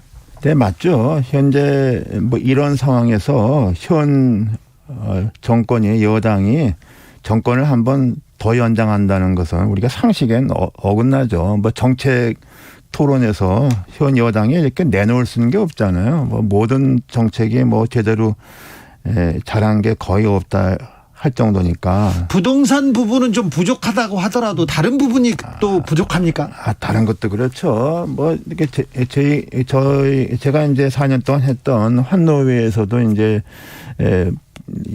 예를 들 것 같으면은 그 비정규직 정규직 같은 건 그렇게 100% 할 수가 없는 거 아닙니까? 그런 것도 그냥 말은 굉장히 크게 했지만은 현실은 다 못 따라갔고 네. 또 뭐 환경 문제 같은 거는 이제 만족하는 사람이 없어요. 그래서 여러 가지로 볼 때 이 정부의 평가는 저는 안 좋다고 봅니다. 네. 그런데 네. 이 정부 안 좋아요. 여당 잘못했다. 그런 사람들이 많습니다. 그런데 야당을 보면 야당 후보들 이거 보고 지금 아이고 그런 사람들 많습니다. 네, 그렇죠. 그래서 뭐 야당복이 있다고 말하는데 참 이게 서글픈 얘기죠. 그리고 사실 좀 어느 정도 예상이 좀 됐다고 봅니다. 우리가 경험적으로 볼 때 적어도 대통령 선거에 나오는 사람이 선출직을 한 번도 안 하고서 이렇게 벼랑간 대통령 된 그런 경험칙을 제 기억에는 무슨 아이젠하워 대통령이나 한 번 있을까?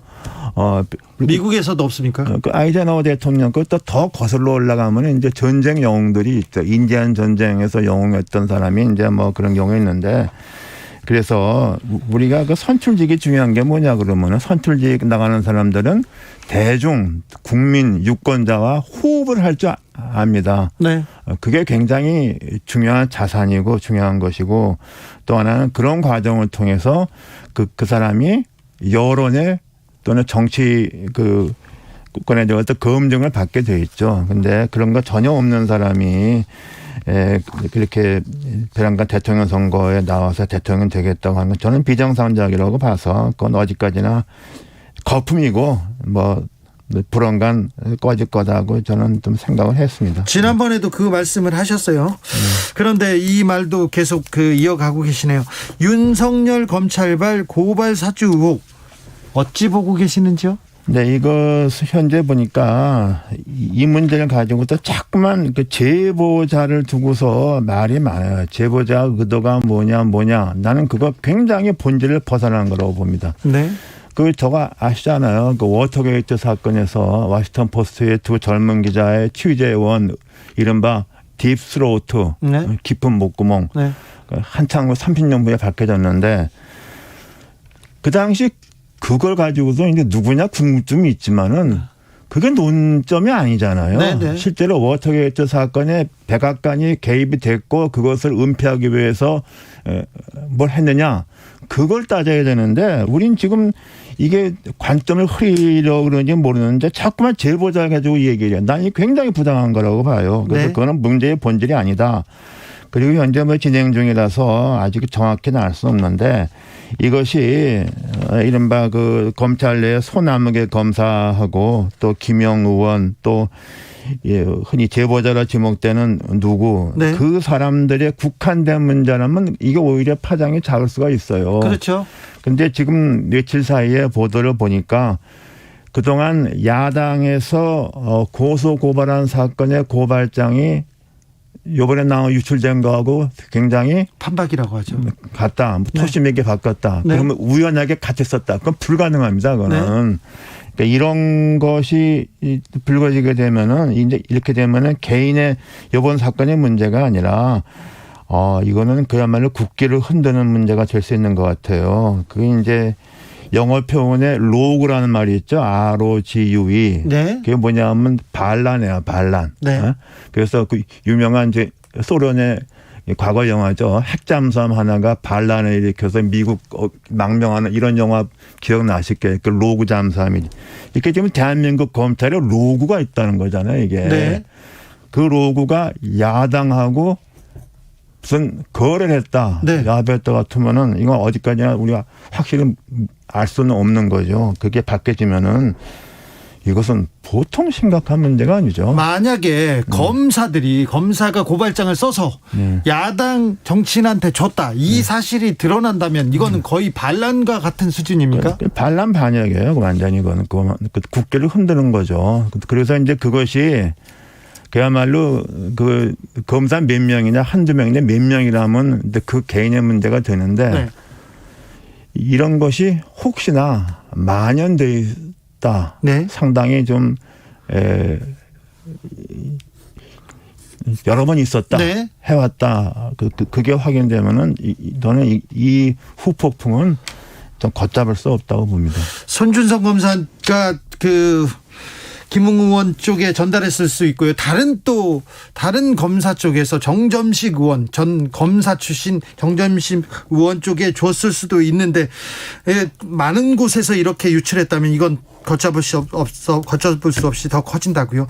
그런데 이거 그냥 네거티브다, 정치 공작이다 이렇게 얘기하지 않습니까? 야당에서는. 그게 그냥 할 말이 없으니까 뭐 네거티브다 하고 뭐 이렇게 하는데 나는 그런 어저께 기자회견이 뭔지 아는 건 자세도 잘못됐고 말하는 거 교양도 없고 품위도 없고 정말 창피해서 많은 사람들이 좀 충격받았을 거예요. 우선 무슨 메이저 신문 에서 말을 하라. 세상에 그 있을 수 있는 일입니까? 여러분, 청취자분도 제가 아시잖아요. 클린턴 대통령 때 이른바 인턴하고서 스캔들 제일 처음에 터뜨린 언론이 아시잖아요. 1인 언론이었다고 드로지 리포트라고 인터넷 언론. 거기서 쓰기 시작해서 다른 메이저 언론에 따라 쓴 거예요. 세상에 그런 몰상식한 날이 어디 있어 도대체 대통령이 되겠다는 사람이. 도대체 이건 진짜 상식도 어긋나고 이거 어떻게 뭐라고 말을 할 수가 없어요. 이명박 전 대통령 구속으로 이어진 기사도 시사인이라는 작은 매체에서 제가 쓰기 시작해가지고 그렇게 됐습니다. 그죠? 시사인은 크죠. 드로지 리포트에 비하면. 알겠습니다.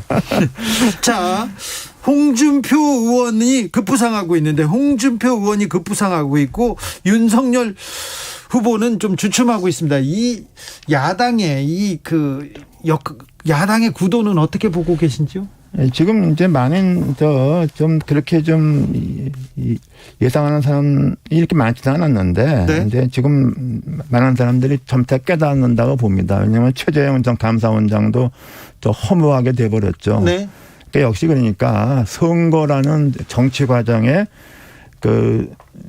단련돼 보지 않은 사람은 굉장히 모르는 거죠. 위험한 거죠. 그리고 이번에도 그러니까 이제 말하자면 지금 전통 보수층이랄까 이제 이런 층에서 당이 잘 안 되니까 그때 외부 사람한테 좀 기대를 걸었던 거죠. 이제 이게 허물어지니까 우리말에 이런 말이 있잖아요. 뭐 구관이 명관이다 하는 뭐 이런 말도 나오고 또 이제 홍준표 의원은 직전 선거에서 2등한 사람입니다. 그래서 내가 만나면 내가 이런 얘기 몇 번 했다고. 직전 선거에서 2등한 사람을 그렇게 가볍게 보면 안 된다. 그래서 저는 오히려 외부에서 그냥 배란간 뜬구름처럼 온 사람보다는 오히려 좀 홍준표 의원이 오히려 선거를 잘 치를 수 있을 거라고 내가 좀 몇 사람한테 얘기했는데 내 말도 안 믿더라고. 그러면 홍준표 의원이 최종 후보가 될 가능성이 좀 높습니까? 더? 저는 그렇다고 봅니다. 그런데 윤석열 후보 사실은 입만 벌리면 설화가 그렇게 많았어요. 각종 의혹과 논란에도 불구하고 꽤나 견고한 지지율 보이고 있습니다. 지금도 대형 악재가 터졌는데 그다지 많이 빠지지 않아요. 저는 이명박 후보가 BBK라는 악재, 수많은 악재 속에서도 결국 이렇게 후보가 되고 당선되지 않았습니까? 이럴 가능성은 별은 없습니까? 그때와는 좀 많이 다르다고 봅니다. 그 당시는 이제 이명박 전 대통령 그 당시 이제 박근혜 전 대표가 경쟁을 했는데 일단에 여름에 이제 경선 끝난 다음에는 이제 박근혜 전 대표가 모든 걸 그냥 수용을 했고 그리고 또 그 당시는 참 이게 그때와는 지금만 또 이제 언론 환경도 다르고 그래서 흔히 이제 과거도 그랬으니까 이번도 그럴 것이다가 생각하는 그런 과거의 결과가 뭐가 됐습니까? 큰 집에 가 있잖아요. 네. 그걸 알아야지. 난 그래서 난 진짜 우리 그 보수 유권자들 정권 교체를 원하는 희망하는 또 상당히 그 정당한 이유가 있습니다. 이 정권이 잘못했기 때문에 그런 사람들이 좀 이제는 좀 정신을 차려야 된다. 제가 좀 드릴 수 있는 고언이죠. 네. 민주당 후보 경선은 어떻게 될 것 같습니까? 현재 이렇게 되면 좀 뒤집기는 좀 어렵지 않는가 하는 생각이 들어요. 네. 뒤집기는 현재. 그래서 뭐 이재명 지사가 후보가 되지 않겠는가 이렇게 좀 생각하고 있습니다. 자, 이재명 후보가 앞서 달리고 있고 이낙연 후보가 추격하고 있습니다만 조금 버거워하고 있고요. 그리고 윤석열과 홍준표 후보는 엎치락 뒤치락 할 것 같습니다. 그런데 지금 네거티브 걷어내고 각종 의혹 사건 걷어내고 결국 선거는 어디에서 판가름이 납니까? 이게 이제 선거가 어떻게 이제 구도가 잡히느냐가 문제인데 만일에 이런 식으로 가서 혹시나 윤석열 전 총장이 국민의힘 후보가 되면은 네. 이건 뭐 선거 내내 네거티브 변명하다가 끝나는 거죠. 뭐 선거 운동 안 될 겁니다. 나는 그래서 이게 진정으로 정권 교체를 원하는 사람들이라면은 좀 이제는 좀 미몽에서 깨야 된다. 난 그렇게 좀 몇 번씩 고언을 하고 싶습니다. 윤석열 미몽에서 깨야 된다고요? 된다. 네, 그렇습니다. 네. 나는 몇 차례 얘기했어요. 자, 홍준표 그러면 후보가 되면 지금 그러면 이재명 후보하고 싸워볼 만합니까? 그렇죠. 그리고 일단 그렇게 되면은 두 사람 다 토론이니 입당이 보통이 아니잖아요. 근데 나는 이재명 지사가 결코 유리하다고 보기 어려워요. 왜냐 그러면은 이게 문재인 정권을 갖다가 어떻게 할 겁니까? 그걸 좀 방어도 해야 되고 그렇다고 해서 과감하게 자기 나름대로 정책을 갖다가 확 바꿔서 하게 되면 혹시나 고정 지지층을 또 잃어버릴 수 있잖아요. 그렇죠. 네, 그렇기 때문에 저는 이재명 지사가 만일에 가정을 해서 홍준표 의원과 본선을 치를 경우에 특히 정책 이슈에서 굉장히 좀 힘들 수 있다. 그래서 제가 좀 이재명 지사한테 하고 싶은 거는 거기에 대비해서 현 정권에 대한 정책에 대해서 비판 여론을 좀 많이 흡수해서 좀 반영을 해라. 그래야만 본선에 좀 당당할 수 있다 이렇게 생각을 합니다. 부동산 특별히 아파트 가격이 계속 올라가고 있습니다. 네. 이 부동산이 그 올라가는 부동산이 네. 여당한테 굉장히 치명적으로 작용할까요? 이미 치명적으로 작용하고 있죠. 그리고 또 세금 그러니까 세금 부동산은 제가 세금하고 그러니까 한마디로 정리하면 이거예요. 지금 저는 전부터 지금 여당에 대해서도 과거도 앞으로 이재명 지사에 대해서도 지금 정책 수정 어떻게 되느냐 좀 시장을 존중하라. 네. 시장 기능을 우리가 시장한테 100% 맡길 수 없어요. 네. 그런데 문재인 정권이 보면 시장을 너무 불신했기 때문에 이렇게 됐다니까 좀 그래서 그런 면을 좀 사전에 공약을 개발하고 정책을 내면은 홍준표 대표의 공격에 대해서 비판에 대해서도 굉장히 선방할 수 있고 보다 나은 안을 낼 수 있다고 봅니다. 경제통이라고 불리는 경제 전문가들이 대선 후보에도 포진하고 있습니다. 정세균, 유승민 이런 후보. 유승민 후보는 왜 바람을 타지 못합니까? 아이고 참 그걸 그거 어떻게 하겠습니까?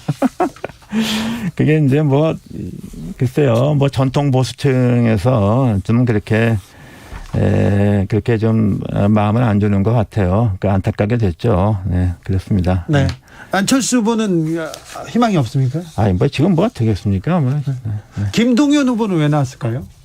글쎄요, 그게 좀 예상보다는 좀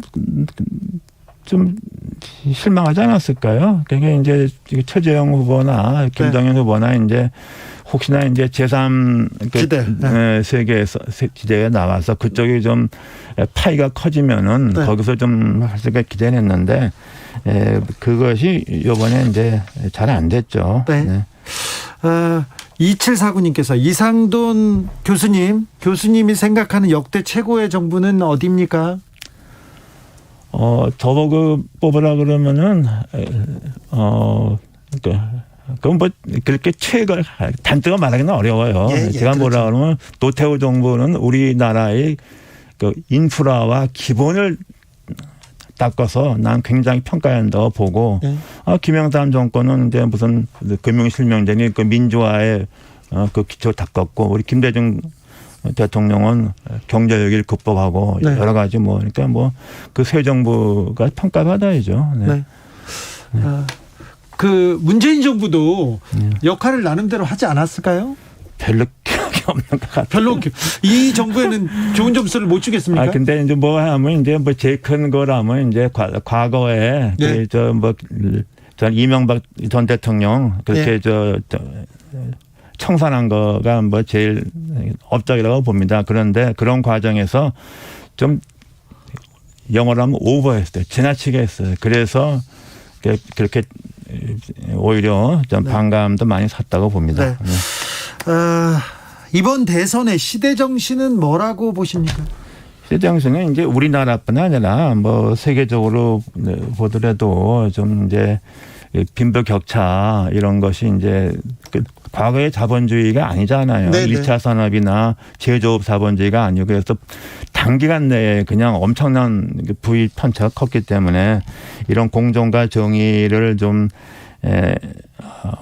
회복해야 되는데 제가 이제 현 정권에 대해서 의견을 달리하는 것은 방법론이 현 정권처럼은 이게 안 된다. 난 그래서 그 방법론에 있어서 우리가 좀 그 시장을 존중하고 이런 좀 우리 말하자면 보다 좀 파이를 키우고 다음으로 나갈 수 있는 그런 좀 정책을 취해야 한다는 것이죠. 2012년 총선 대선, 특별히 대선 때 그때 새누리당이 결코 쉽지 않았습니다. 그때 비대위원으로 박근혜 정부의 탄생에 엄청난 기여를 하셨는데 그리고 그 이후에서도 보수의 어른으로 여기저기에 쓴소리도 많이 하셨어요. 그래서 지금 이상돈 교수를 모셔가려는 분들이 많은데 캠프도 많고요. 제가 그런 거 요청을 받아본 적이 없습니다. 잘못 아시는 것 같아요. 그래요? 아니 제일 먼저 받아가니까. 그리고 제가 지금 그렇게 그런 생각도 이제 없어요. 제가 걸어온 길을 정리하는 그 회고록도 냈지 않았습니까? 회고록 낸 사람이 뭘 합니까, 이제. 그래도 더 역할을 해 주셔야죠. 글쎄요, 역할을 한다, 그러면은 이렇게 바깥에서 좀 그나마 좀 쓴소리라 그럴까, 방향에 대해서 얘기하고 이러는 역할이죠.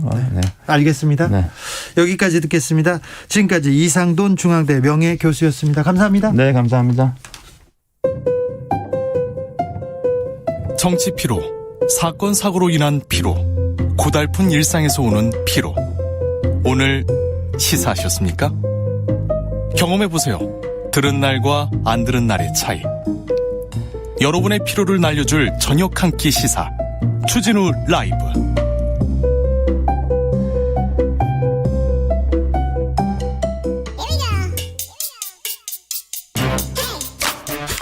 뉴스를 향한 진지한 고민, 기자들의 수다. 라이브 기자실을 찾은 오늘의 기자는 우리 경제 선생님입니다. 고인데스 코리아 김병철 편집장, 어서 오세요. 네, 안녕하세요. 그래서 편집장님, 코인이 오릅니까 내려갑니까? 지금 내려가고 있었습니다. 아니 얼마 전에 많이 올랐다면서요? 7월부터 계속 오르다가 계속 올라요? 네, 계속 오르다가 이틀 전에 폭락을 좀 했습니다. 10% 떨어졌다면서요? 네, 맞습니다. 그래서 지금 비트코인이 6,100만 원이었는데 5,500만 원까지 떨어졌어요. 그래서 지금 5,500만 원 정도고 비트코인 떨어지면 다른 코인들도 좀 많이 떨어지죠. 같이 떨어지죠? 네네. 그건 알아요, 저도. 엘살바도르에서 비트코인 법정화폐로 도입했어요. 근데 왜 떨어지죠? 그러니까 의아하다라는 사람들도 있고, 많이 올랐으니까 이제 뭐 수익을 실현하려고 판 거 아니냐라는 시각도 있습니다. 엘살바도르에서는 그러면 어떻게 지금 그 나라 상황이 궁금합니다. 네, 지금 엘살바도르에서 지난 7일부터 비트코인이 진짜 이제 법정화폐로 채택이 됐어요. 네. 지난 6월 달에 의회를 법이 통과를 됐는데 이게 이제 3개월 후에 이제 법이 시행이 된 거죠. 예. 그러면 이제 엘살바도르에서는 비트코인으로 실제 상점에 가가지고 내가 뭐 커피도 사 먹을 수 있고 아니면 심지어는 세금을 낼 수도 있죠. 네. 그래서 지금 엘살바도르의 그 법정화폐가 미국 달러거든요. 네. 근데 미국 달러와 함께 비트코인을 두 가지를 다 같이 이제 결제 수단으로 사용할 수 있게 된 겁니다. 네. 어떻게 이게 비트코인을 법정화폐로 추진했는 건지 참 대단합니다. 네, 이게 지금 대통령이 이 비트코인 법을 추진을 한 건데요. 맹신자 같아요. 약간 그런 부분이 있습니다. 네. 이제 이름이 나예브 부켈레 대통령이라고 1981년생으로 이제 40살이죠. 꽤 젊은 나이에 대통령인데 지금 임기 3년 차예요. 그러니까요. 근데 지지율이 90%에 도달합니다. 네. 굉장히 이제 인기가 많은데 이게 이제 엘살바도르가 살인율 세계 1위로 꽤 유명한 나라였죠. 부정부패, 깽단 아주 심각합니다. 네. 이 나라. 네, 맞습니다.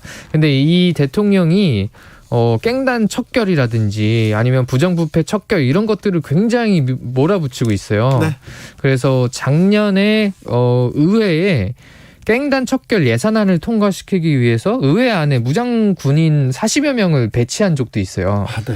그러니까 뭐 약간 이게 포퓰리즘 보이네요. 네, 포퓰리즘이자 독재자라는 비판을 받고 있는데 그 또 심지어는 그 엘살바도르 헌법상 대통령 연임이 안 되거든요. 네. 근데 이제 최근에 이제 여당이 장악하고 있는 의회가 지명한 새 대법원 헌법재판부의 판사들이 또 법을 바꾸겠네. 이 대통령이 연임이 가능하다라고 판결을 했습니다. 그래서 2024년도 대선에 출마를 할 수 있게 된데 어쨌든 뭐 굉장히 트위터도 많이 하는 그런 젊은 만살 대통령입니다. 그러면요, 자 비트코인 도입했어요. 그러면 커피도 비트코인으로 사 먹습니까, 이제? 네, 맞습니다. 지금 스타벅스에서 비트코인으로 커피를 사 먹는 영상이 이제 뭐 트위터에 올라오기도 했고요. 뭐 맥도날드 뭐 이런 데에서 버거킹 같은 데서 비트코인을 개최했다라는 인증샷들이 막 SNS에 올라왔었고요.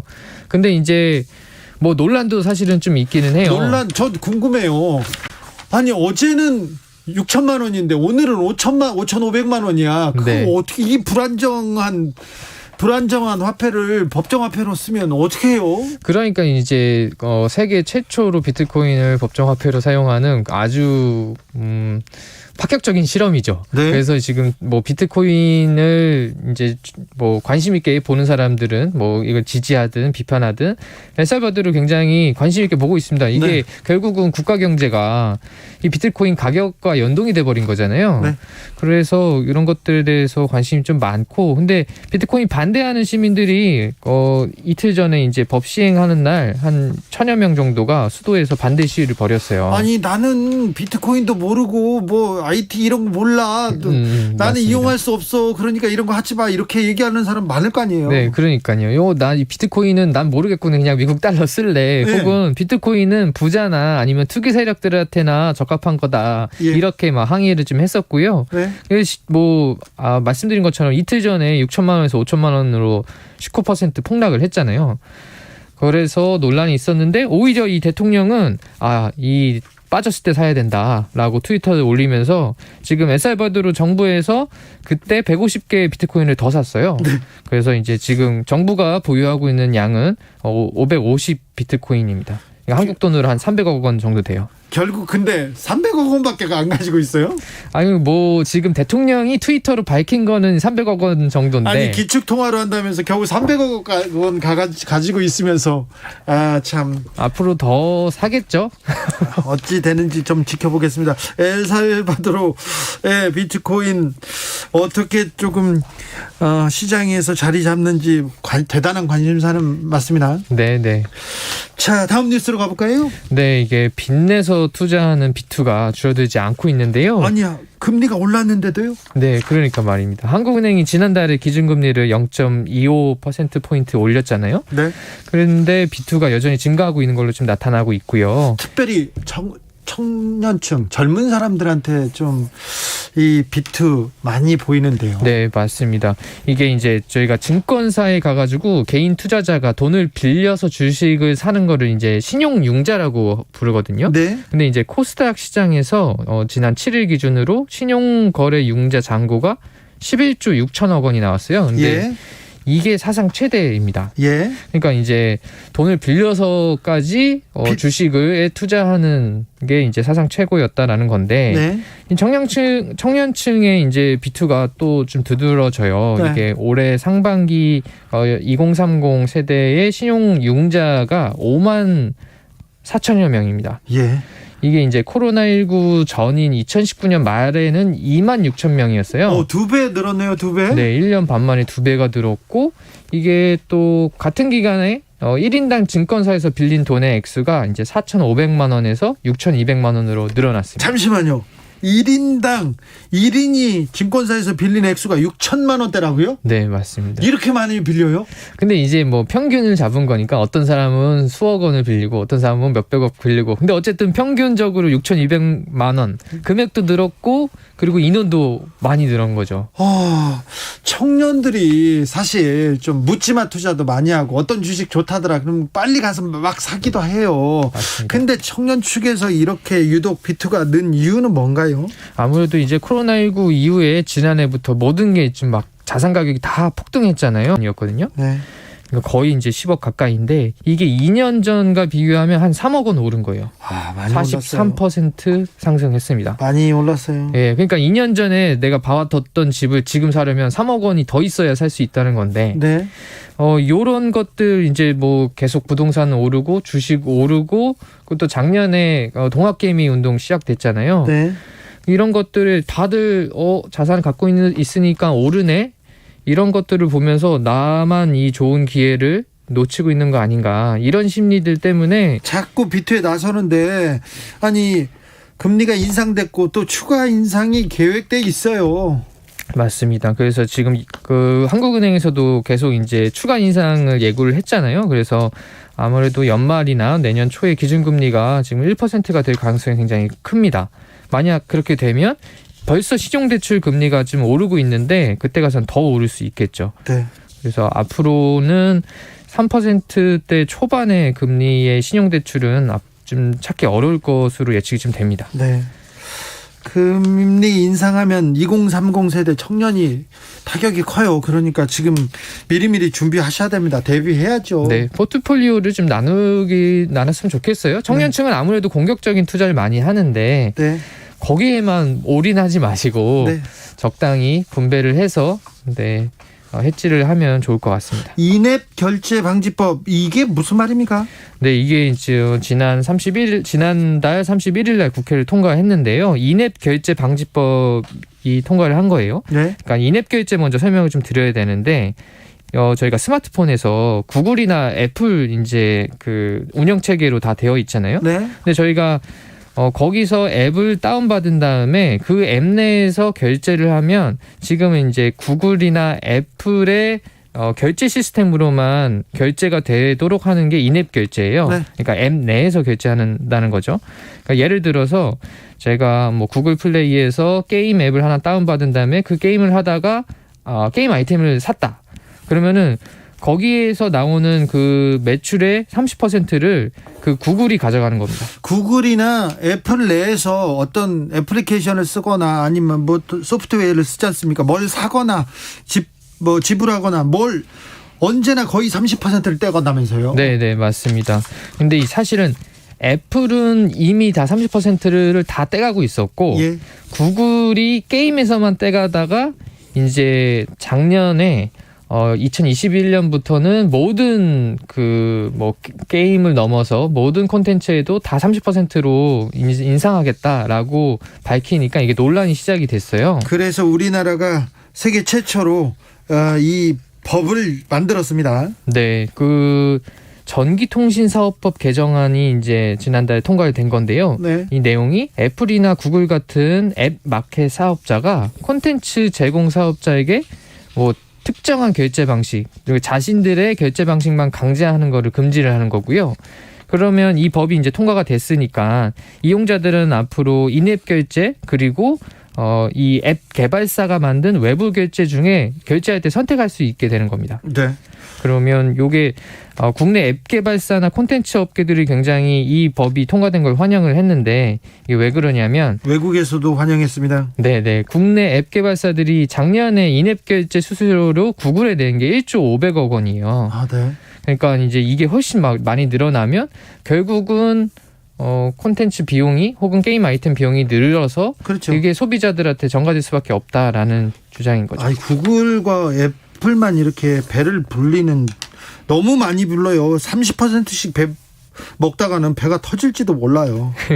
이게 아무래도 플랫폼 사업자 독점 행위에 대한 규제가 지금 전 세계적으로도 강화되고 있거든요. 네. 미국이나 유럽에서도 이게 계속 이슈가 되고 있는데 한국이 선제적으로 도입했습니다. 맞습니다. 그래서 문재인 대통령이 이렇게 얘기를 했어요. 법 통과한 다음에 정부는 플랫폼 사업자가 확대된 영향력에 걸맞은 사회적 책무와 이용자 보호를 수행하고 네.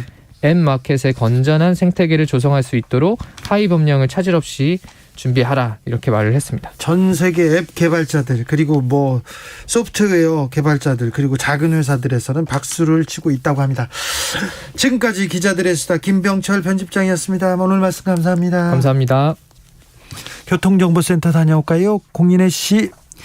네, 이 시각 교통정보입니다. 사고 구간 먼저 살펴드릴게요. 수도권 제일순환선 판교에서 일산 쪽 김포 부근 하위 차로가 무척 혼잡한 이유 갓길에서 승용차 사고 처리하고 있어서입니다. 이전으론 판교 부근과 안양에서 수리터널, 시흥 요금소부터 송내 쪽으로 정체 서행하고요.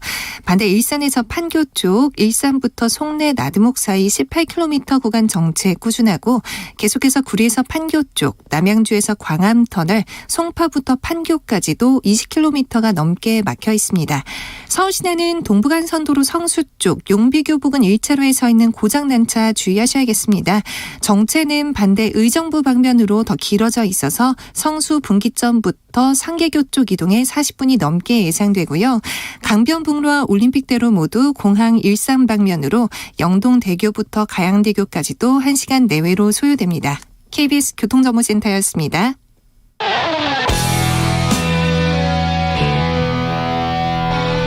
스치기만 해도 똑똑해진다.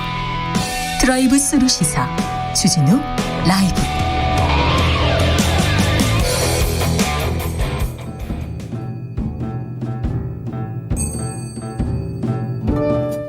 태초에 철학이 있었다. 하늘과 땅 사이 쏟아지는 궁금증. 세상의 모든 질문 이제 철학으로 풀어보겠습니다. 철학 어렵다고요? 일단 맛이라도 봅시다. 철학의 맛. 정치 철학자 김만권 박사 오셨습니다. 어서 오십시오. 예, 안녕하십니까. 양지열 변호사 어서 오세요. 네, 만권 박사님 조교 양지열입니다. 네, 잘 지내셨는지요? 예, 잘 지냈습니다. 근데 아까 자꾸 조교라 그러는데 원래 제가 학교 다니면서 경험했던 게 하나 있어요. 네. 대체적으로 조교들이 교수님들보다 똑똑할 때가 되게 많아요. 본인이 지금 얘기를 했잖아요. 조교할 때 보니까 내가 교수보다 똑똑했다. 그 얘기를 한 거예요, 지금. 얼차려 시키고 막 타령하고 그러진 않죠, 조교들이. 예, 네? 그러는 조교들도 요즘 있는 것 같긴 한데. 예. 조교 생활도 들어보면 네. 그렇게 단순하지만은 않더라고요. 그렇죠. 네. 교수님들 중에 성격 나쁜 교수님들 많아요. 예, 은근히 여기저기 있죠. 뭐 네. 어느 사회나 그런 사람은 있죠. 난 교수님들 고발하려면 진짜 많은데 오늘은 지나가겠습니다. 코로나 상생 국민지원금 지급이 시작됐습니다. 소득 상위 12% 분류되는 분들은 못 받습니다. 그랬더니 상대적 박탈감 느낀다고 막 호소하고 있어요. 그래서 오늘 준비한 주제는 상대적 박탈감입니다. 만권 교수님께서 저보고 아유 왜 이렇게 얼굴이 안 좋냐고 얘기했더니 저는 7살 때부터 안 좋았습니다. 얘기하면서 상대적으로 괜찮습니다. 이렇게 얘기했는데 안 받아들이더라고요. 심리적으로 상대적으로 느끼는 거, 상대적으로 느끼는 박탈감. 그 이유는 뭘까요, 교수님? 뭐 대부분 다 이게 다른 이들은 누리고 있는데 나는 그걸 못 누린다라는 데서 나오는 이제 박탈감인데요. 근데 대부분 다 이 상대적 박탈감은 자기보다 상황이 나은 사람을 비교하는 성향이 있거든요. 그래서 대부분 다 상향 비교로 갑니다. 그런데 이번에 이 우리 재난지원금 같은 경우에는 하향 비교가 되고 있어서 조금 특이한 케이스인데요. 근데 대부분 다 상대적 박탈감이라고 할 때는 뭔가 풍요가 있고 그 풍요를 누리는 사람들이 있고 그 풍요를 갖다가 이제 그 다른 사람이 누리는 풍요를 보면서 자기 자신을 거기서 비교하면서 나는 왜 저걸 못하지? 하면서 느끼는 박탈감이라 주로 열등감에서 오는 박탈감인데요. 근데 이게 지금 이번에는 좀 특이하게 하향 비교가 일어나면서 생기는 박탈감인 것 같습니다. 이번에는. 선을 좀 잘 못 그었던 것 같아요. 이번에는 과연 이 12%의 선이 맞느냐. 그러니까 물론 그 12% 못 받는 분들 중에서도 야 나는 그건 뭐 25만 원 뭐 있는지 없는지 뭐 신경도 안 써라는 분들도 계시겠죠. 근데 그분들이 몇 퍼센트나 되는지는 모르겠어요. 이 선을 그으면 그런 내용은 꼭 나올 수밖에 없는 논란이죠. 그건 그런데 12%대에 근접해 있는 분들의 입장에서는 또 상당히 많이 나오고 있는 것 같아요. 근데 교수님, 우리나라 사람들이 상대적 저 사람은 뭐 있는데 나는 안 돼. 저 집은 뭐 있는데 우리 집은 없어. 이렇게 좀 비교해서 나는 불행해. 이렇게 생각하는 사람이 많습니다. 우리나라 사람들은 혼자서 거울 보고 고스톱 쳐도 나만 잃었어. 이렇게 얘기한다지 않습니까? 그런 얘기는 처음 들어봤는데. 안 들어봤어요? 도박하는 전설인데. 그래요? 교과서에 나오는 말이에요. 대단하다. 도박하는.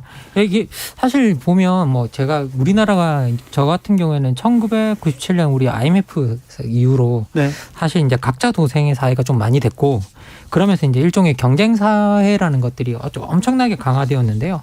그런데 경쟁 사회일수록 이제 어떻게 보면 자기 스스로 살아남아야 되는 생각이 강하는데 그 중에서 어떤 정책 혜택이나 뭐 이런 것들이 오는 그런 경험을 하기가 좀 힘들거든요.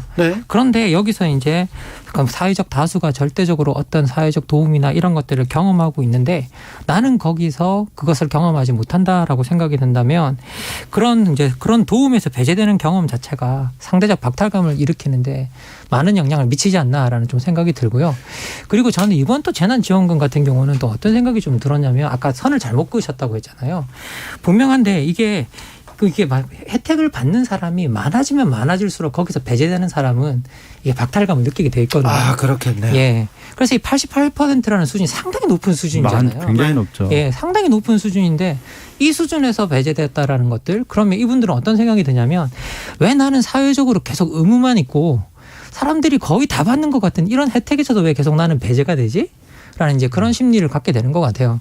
그래서 느끼는 이제 부분이 더 강하게 느끼는 부분이 많은 것 같습니다. 네. 우리가 이제 과거에 전통적으로는 사실 농경사회였죠. 농경사회였고 다른 나라들보다 어떻게 보면 이제 집단의식, 공동체 의식이 굉장히 강하다고들 합니다. 뭐 그러다 보니까 함께 모여서 이제 공동으로 농업하고 뭐 불에나 품앗이 같은 좋은 제도들도 있었고 그런데 그 안에서 누군가가 대신에 돌발적으로 이렇게 좀 뭐 많이 받는 이런 일에 드물었던 거잖아요. 드물었죠. 예전에는 드물었잖아요.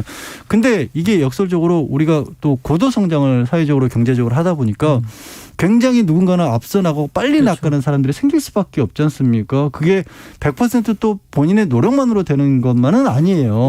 사회가 우리가 워낙 빨리 발전하다 보니까. 그래서 뭐 그 와중에 어떤 사람들은 분명히 자기가 열심히 뛰었는데도 불러서 발목 접질러서 넘어지는 사람도 있을 수 있고 원래 조금 늦게 뛰는 사람도 있을 수 있고 혹은 길 가다가 함정 빠진 사람도 있고 누군가는 그냥 주저앉아 있었는데 갑자기 그 땅에서 뭐가 나올 수도 있는 거 아니에요. 그러다 보니까 우리 사회가 유난히 이 상대적 박탈감이라는 걸 좀 민감하게 느끼는 사회가 되지 않았나 싶어요. 더 민감해진 것 같습니다. 까꿍돌쇠님. 그런데 가렴주구가 전통이던 나라에서 비록 적은 돈이나마 나라에서 돈 받아보긴 처음입니다. 상전벽해라고 할 만하죠. 8271님께서 요새 인사법이 달라졌어요. 오랜만에 친구에게 잘 지내니 하고 물으면 요새 재난지원금 안 받고 지내. 이 뜻이 뭔 줄 알죠? 돈 잘 번다는 인사법. 거예요. 최근에 이 상대적 박탈감 더 커집니다.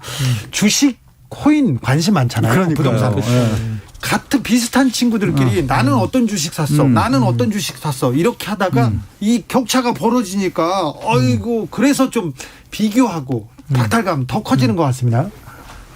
갑자기 그런 거죠. 예. 요즘 무슨 푸어 이런 거 용어들 많이 나왔었는데 벼락거지. 그러니까 사실 나는 똑같이 살고 있는데 갑자기 친구가 예를 들어서 지금 코인 같은 경우가 대표적으로 아까 제가 말씀드린 사례에 딱 맞는 거거든요.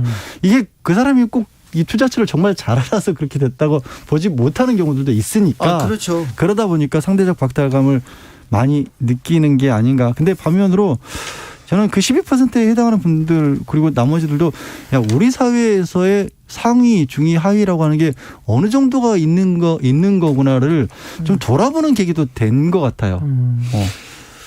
교수님, 그런데 이런 현상을 보면서 우리 모두가 좀 불안하다. 불안한 사회에서 살고 싶다. 나만 부자가 못 되는 거 아닌가? 나만 집을 못 사는 거 아닌가? 나만 뒤처지는 거 아닌가? 이런 불안함 속에서 사는 것 같습니다. 예, 근데 실제로 제가 그래서 통계를 한번 이건 옛날에도 찾아보고 제가 좀 알고 있었던 통계인데요. 이게 이게 중산층들이 내가 뭔가 삶에 대한 불안함 그리고 안전망에 대한 불안함 이런 걸 느끼고 있는 거잖아요. 네. 근데 실제 이제 우리가 2015년에 100세 시대 NH 투자증권이 갖고 있는 100세 시대 연구소라는 곳에서 2016년 중산층 보고서라는 걸 낸 적이 있었거든요. 예. 근데 거기서 되게 재밌는 질문을 했어요. 중산층에 들어가 계신 분들한테 질문을 한 거예요. 중산층에 해당하는 분들한테 여러분은 중산층이십니까? 질문을 했어요. 그랬더니 79.1%가 나는 중산층이 아니다라고 답하고 있거든요. 예전에는 거의 대부분 중산층입니까? 그러면 저요 그랬는데 그렇죠. 지금은 거의 아니라고 해요. 거의 아니라고 답하는 거죠. 그럼 이게 되게 웃긴 게 뭐냐면 저희들 이건 제가 흔히 하는 말인데요. 제가 초등학교를 갑자기 연식이 좀 오래된 것 같은데 초등학교를 70년대 말부터 80년대 초에 다녔는데요. 그때는 이제 가정 조사 이런 게 되게 좀 폭력적이었잖아요. 그렇죠. 집에 냉장고 있는 애 손 들어봐, 손 들어봐 이런 식이었잖아요. 그러면 그때 중산층 손 들어봐 이러면 아니어도 손 들었잖아요. 그때 그게 그렇죠. 안정된 삶을 살고 있다라는 게 어떻게 보면 이게 자존심 같은 거라 아니어도 손을 들었는데 이제는 실제 중산층에 들어가시는 분들한테 물어도 아니라고 답하는 이런 현상들이 나타나고 있는데 근데 이때 같이 나온 통계들을 들여다보면 2016년 대한민국 그 중산층 보고서에서 뭐라고 이야기하냐면 중산층의 40% 정도가 은퇴 후에 소득이 중산층의 하한선에 미치지 못할 거다. 라고 그렇게 나오고 있어요. 예. 실질적으로. 그렇게 하고 또 그리고 이제 우리나라에서 지금 나오는 통계들이 보면 노후 자산이 우리가 은퇴 후 노후를 30년이라고 본다면 노후 자산이 10억 정도 필요하대요. 그런데 이게 50대들이 실제 가지고 있는 평균 자산이 4억 정도래요. 그러면 어떻게 보면 우리가 필요한 것에 40%도 채우지 못하는 게 지금 현재 그런 상황들이잖아요. 이제 그런 상황에 우리는 더 살다 보면 내가 그런 상황에 노출되어 있다는 걸 다 인식하는 사람들이 인식하게 되고요. 그래서 실제로 거기서 엄청난 불안감을 계속 느끼고 있는 것 같아요. 예. 재난지원금을 구별해서 주는 게 이 지금 나누고 있는 얘기가 되게 상충되는 일이 뭐냐면 그 불안감의 근본은 조금 전에 만권 박사님도 말씀을 하셨지만 나도 어떻게 될지 모른다라는 거거든요. 그러니까 기본적인 안전장치가 없다라는 거예요. 그러니까 중산층들조차도 난 중산층이 아니다라는 그런 생각에 빠지게 되는 거고 또 늘 미디어에서 강조되는 부분들을 보게 되면 주변에서 굴러다니는 외제차만 봐도 나는 없잖아. 이 생각할 수밖에 없잖아요. 지나가 보세요. 아파트가 저렇게 많은데 내 집은 하나도 없잖아. 다 외제차 타는데. 그러니까 자기 자리에서도 나는 내가 이 정도 일해서 이 정도 살면 나는 내 나름대로 삶을 즐기고 있는 거야라는 생각을 못하게 만들거든요.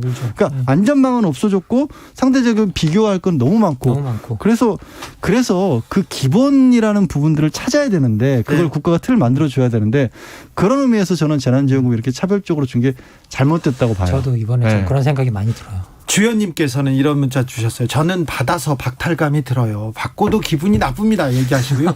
김재훈님께서는 외벌이고요. 경기도 외곽에 3억짜리 아파트에서 사는데 지원금 못 받았습니다.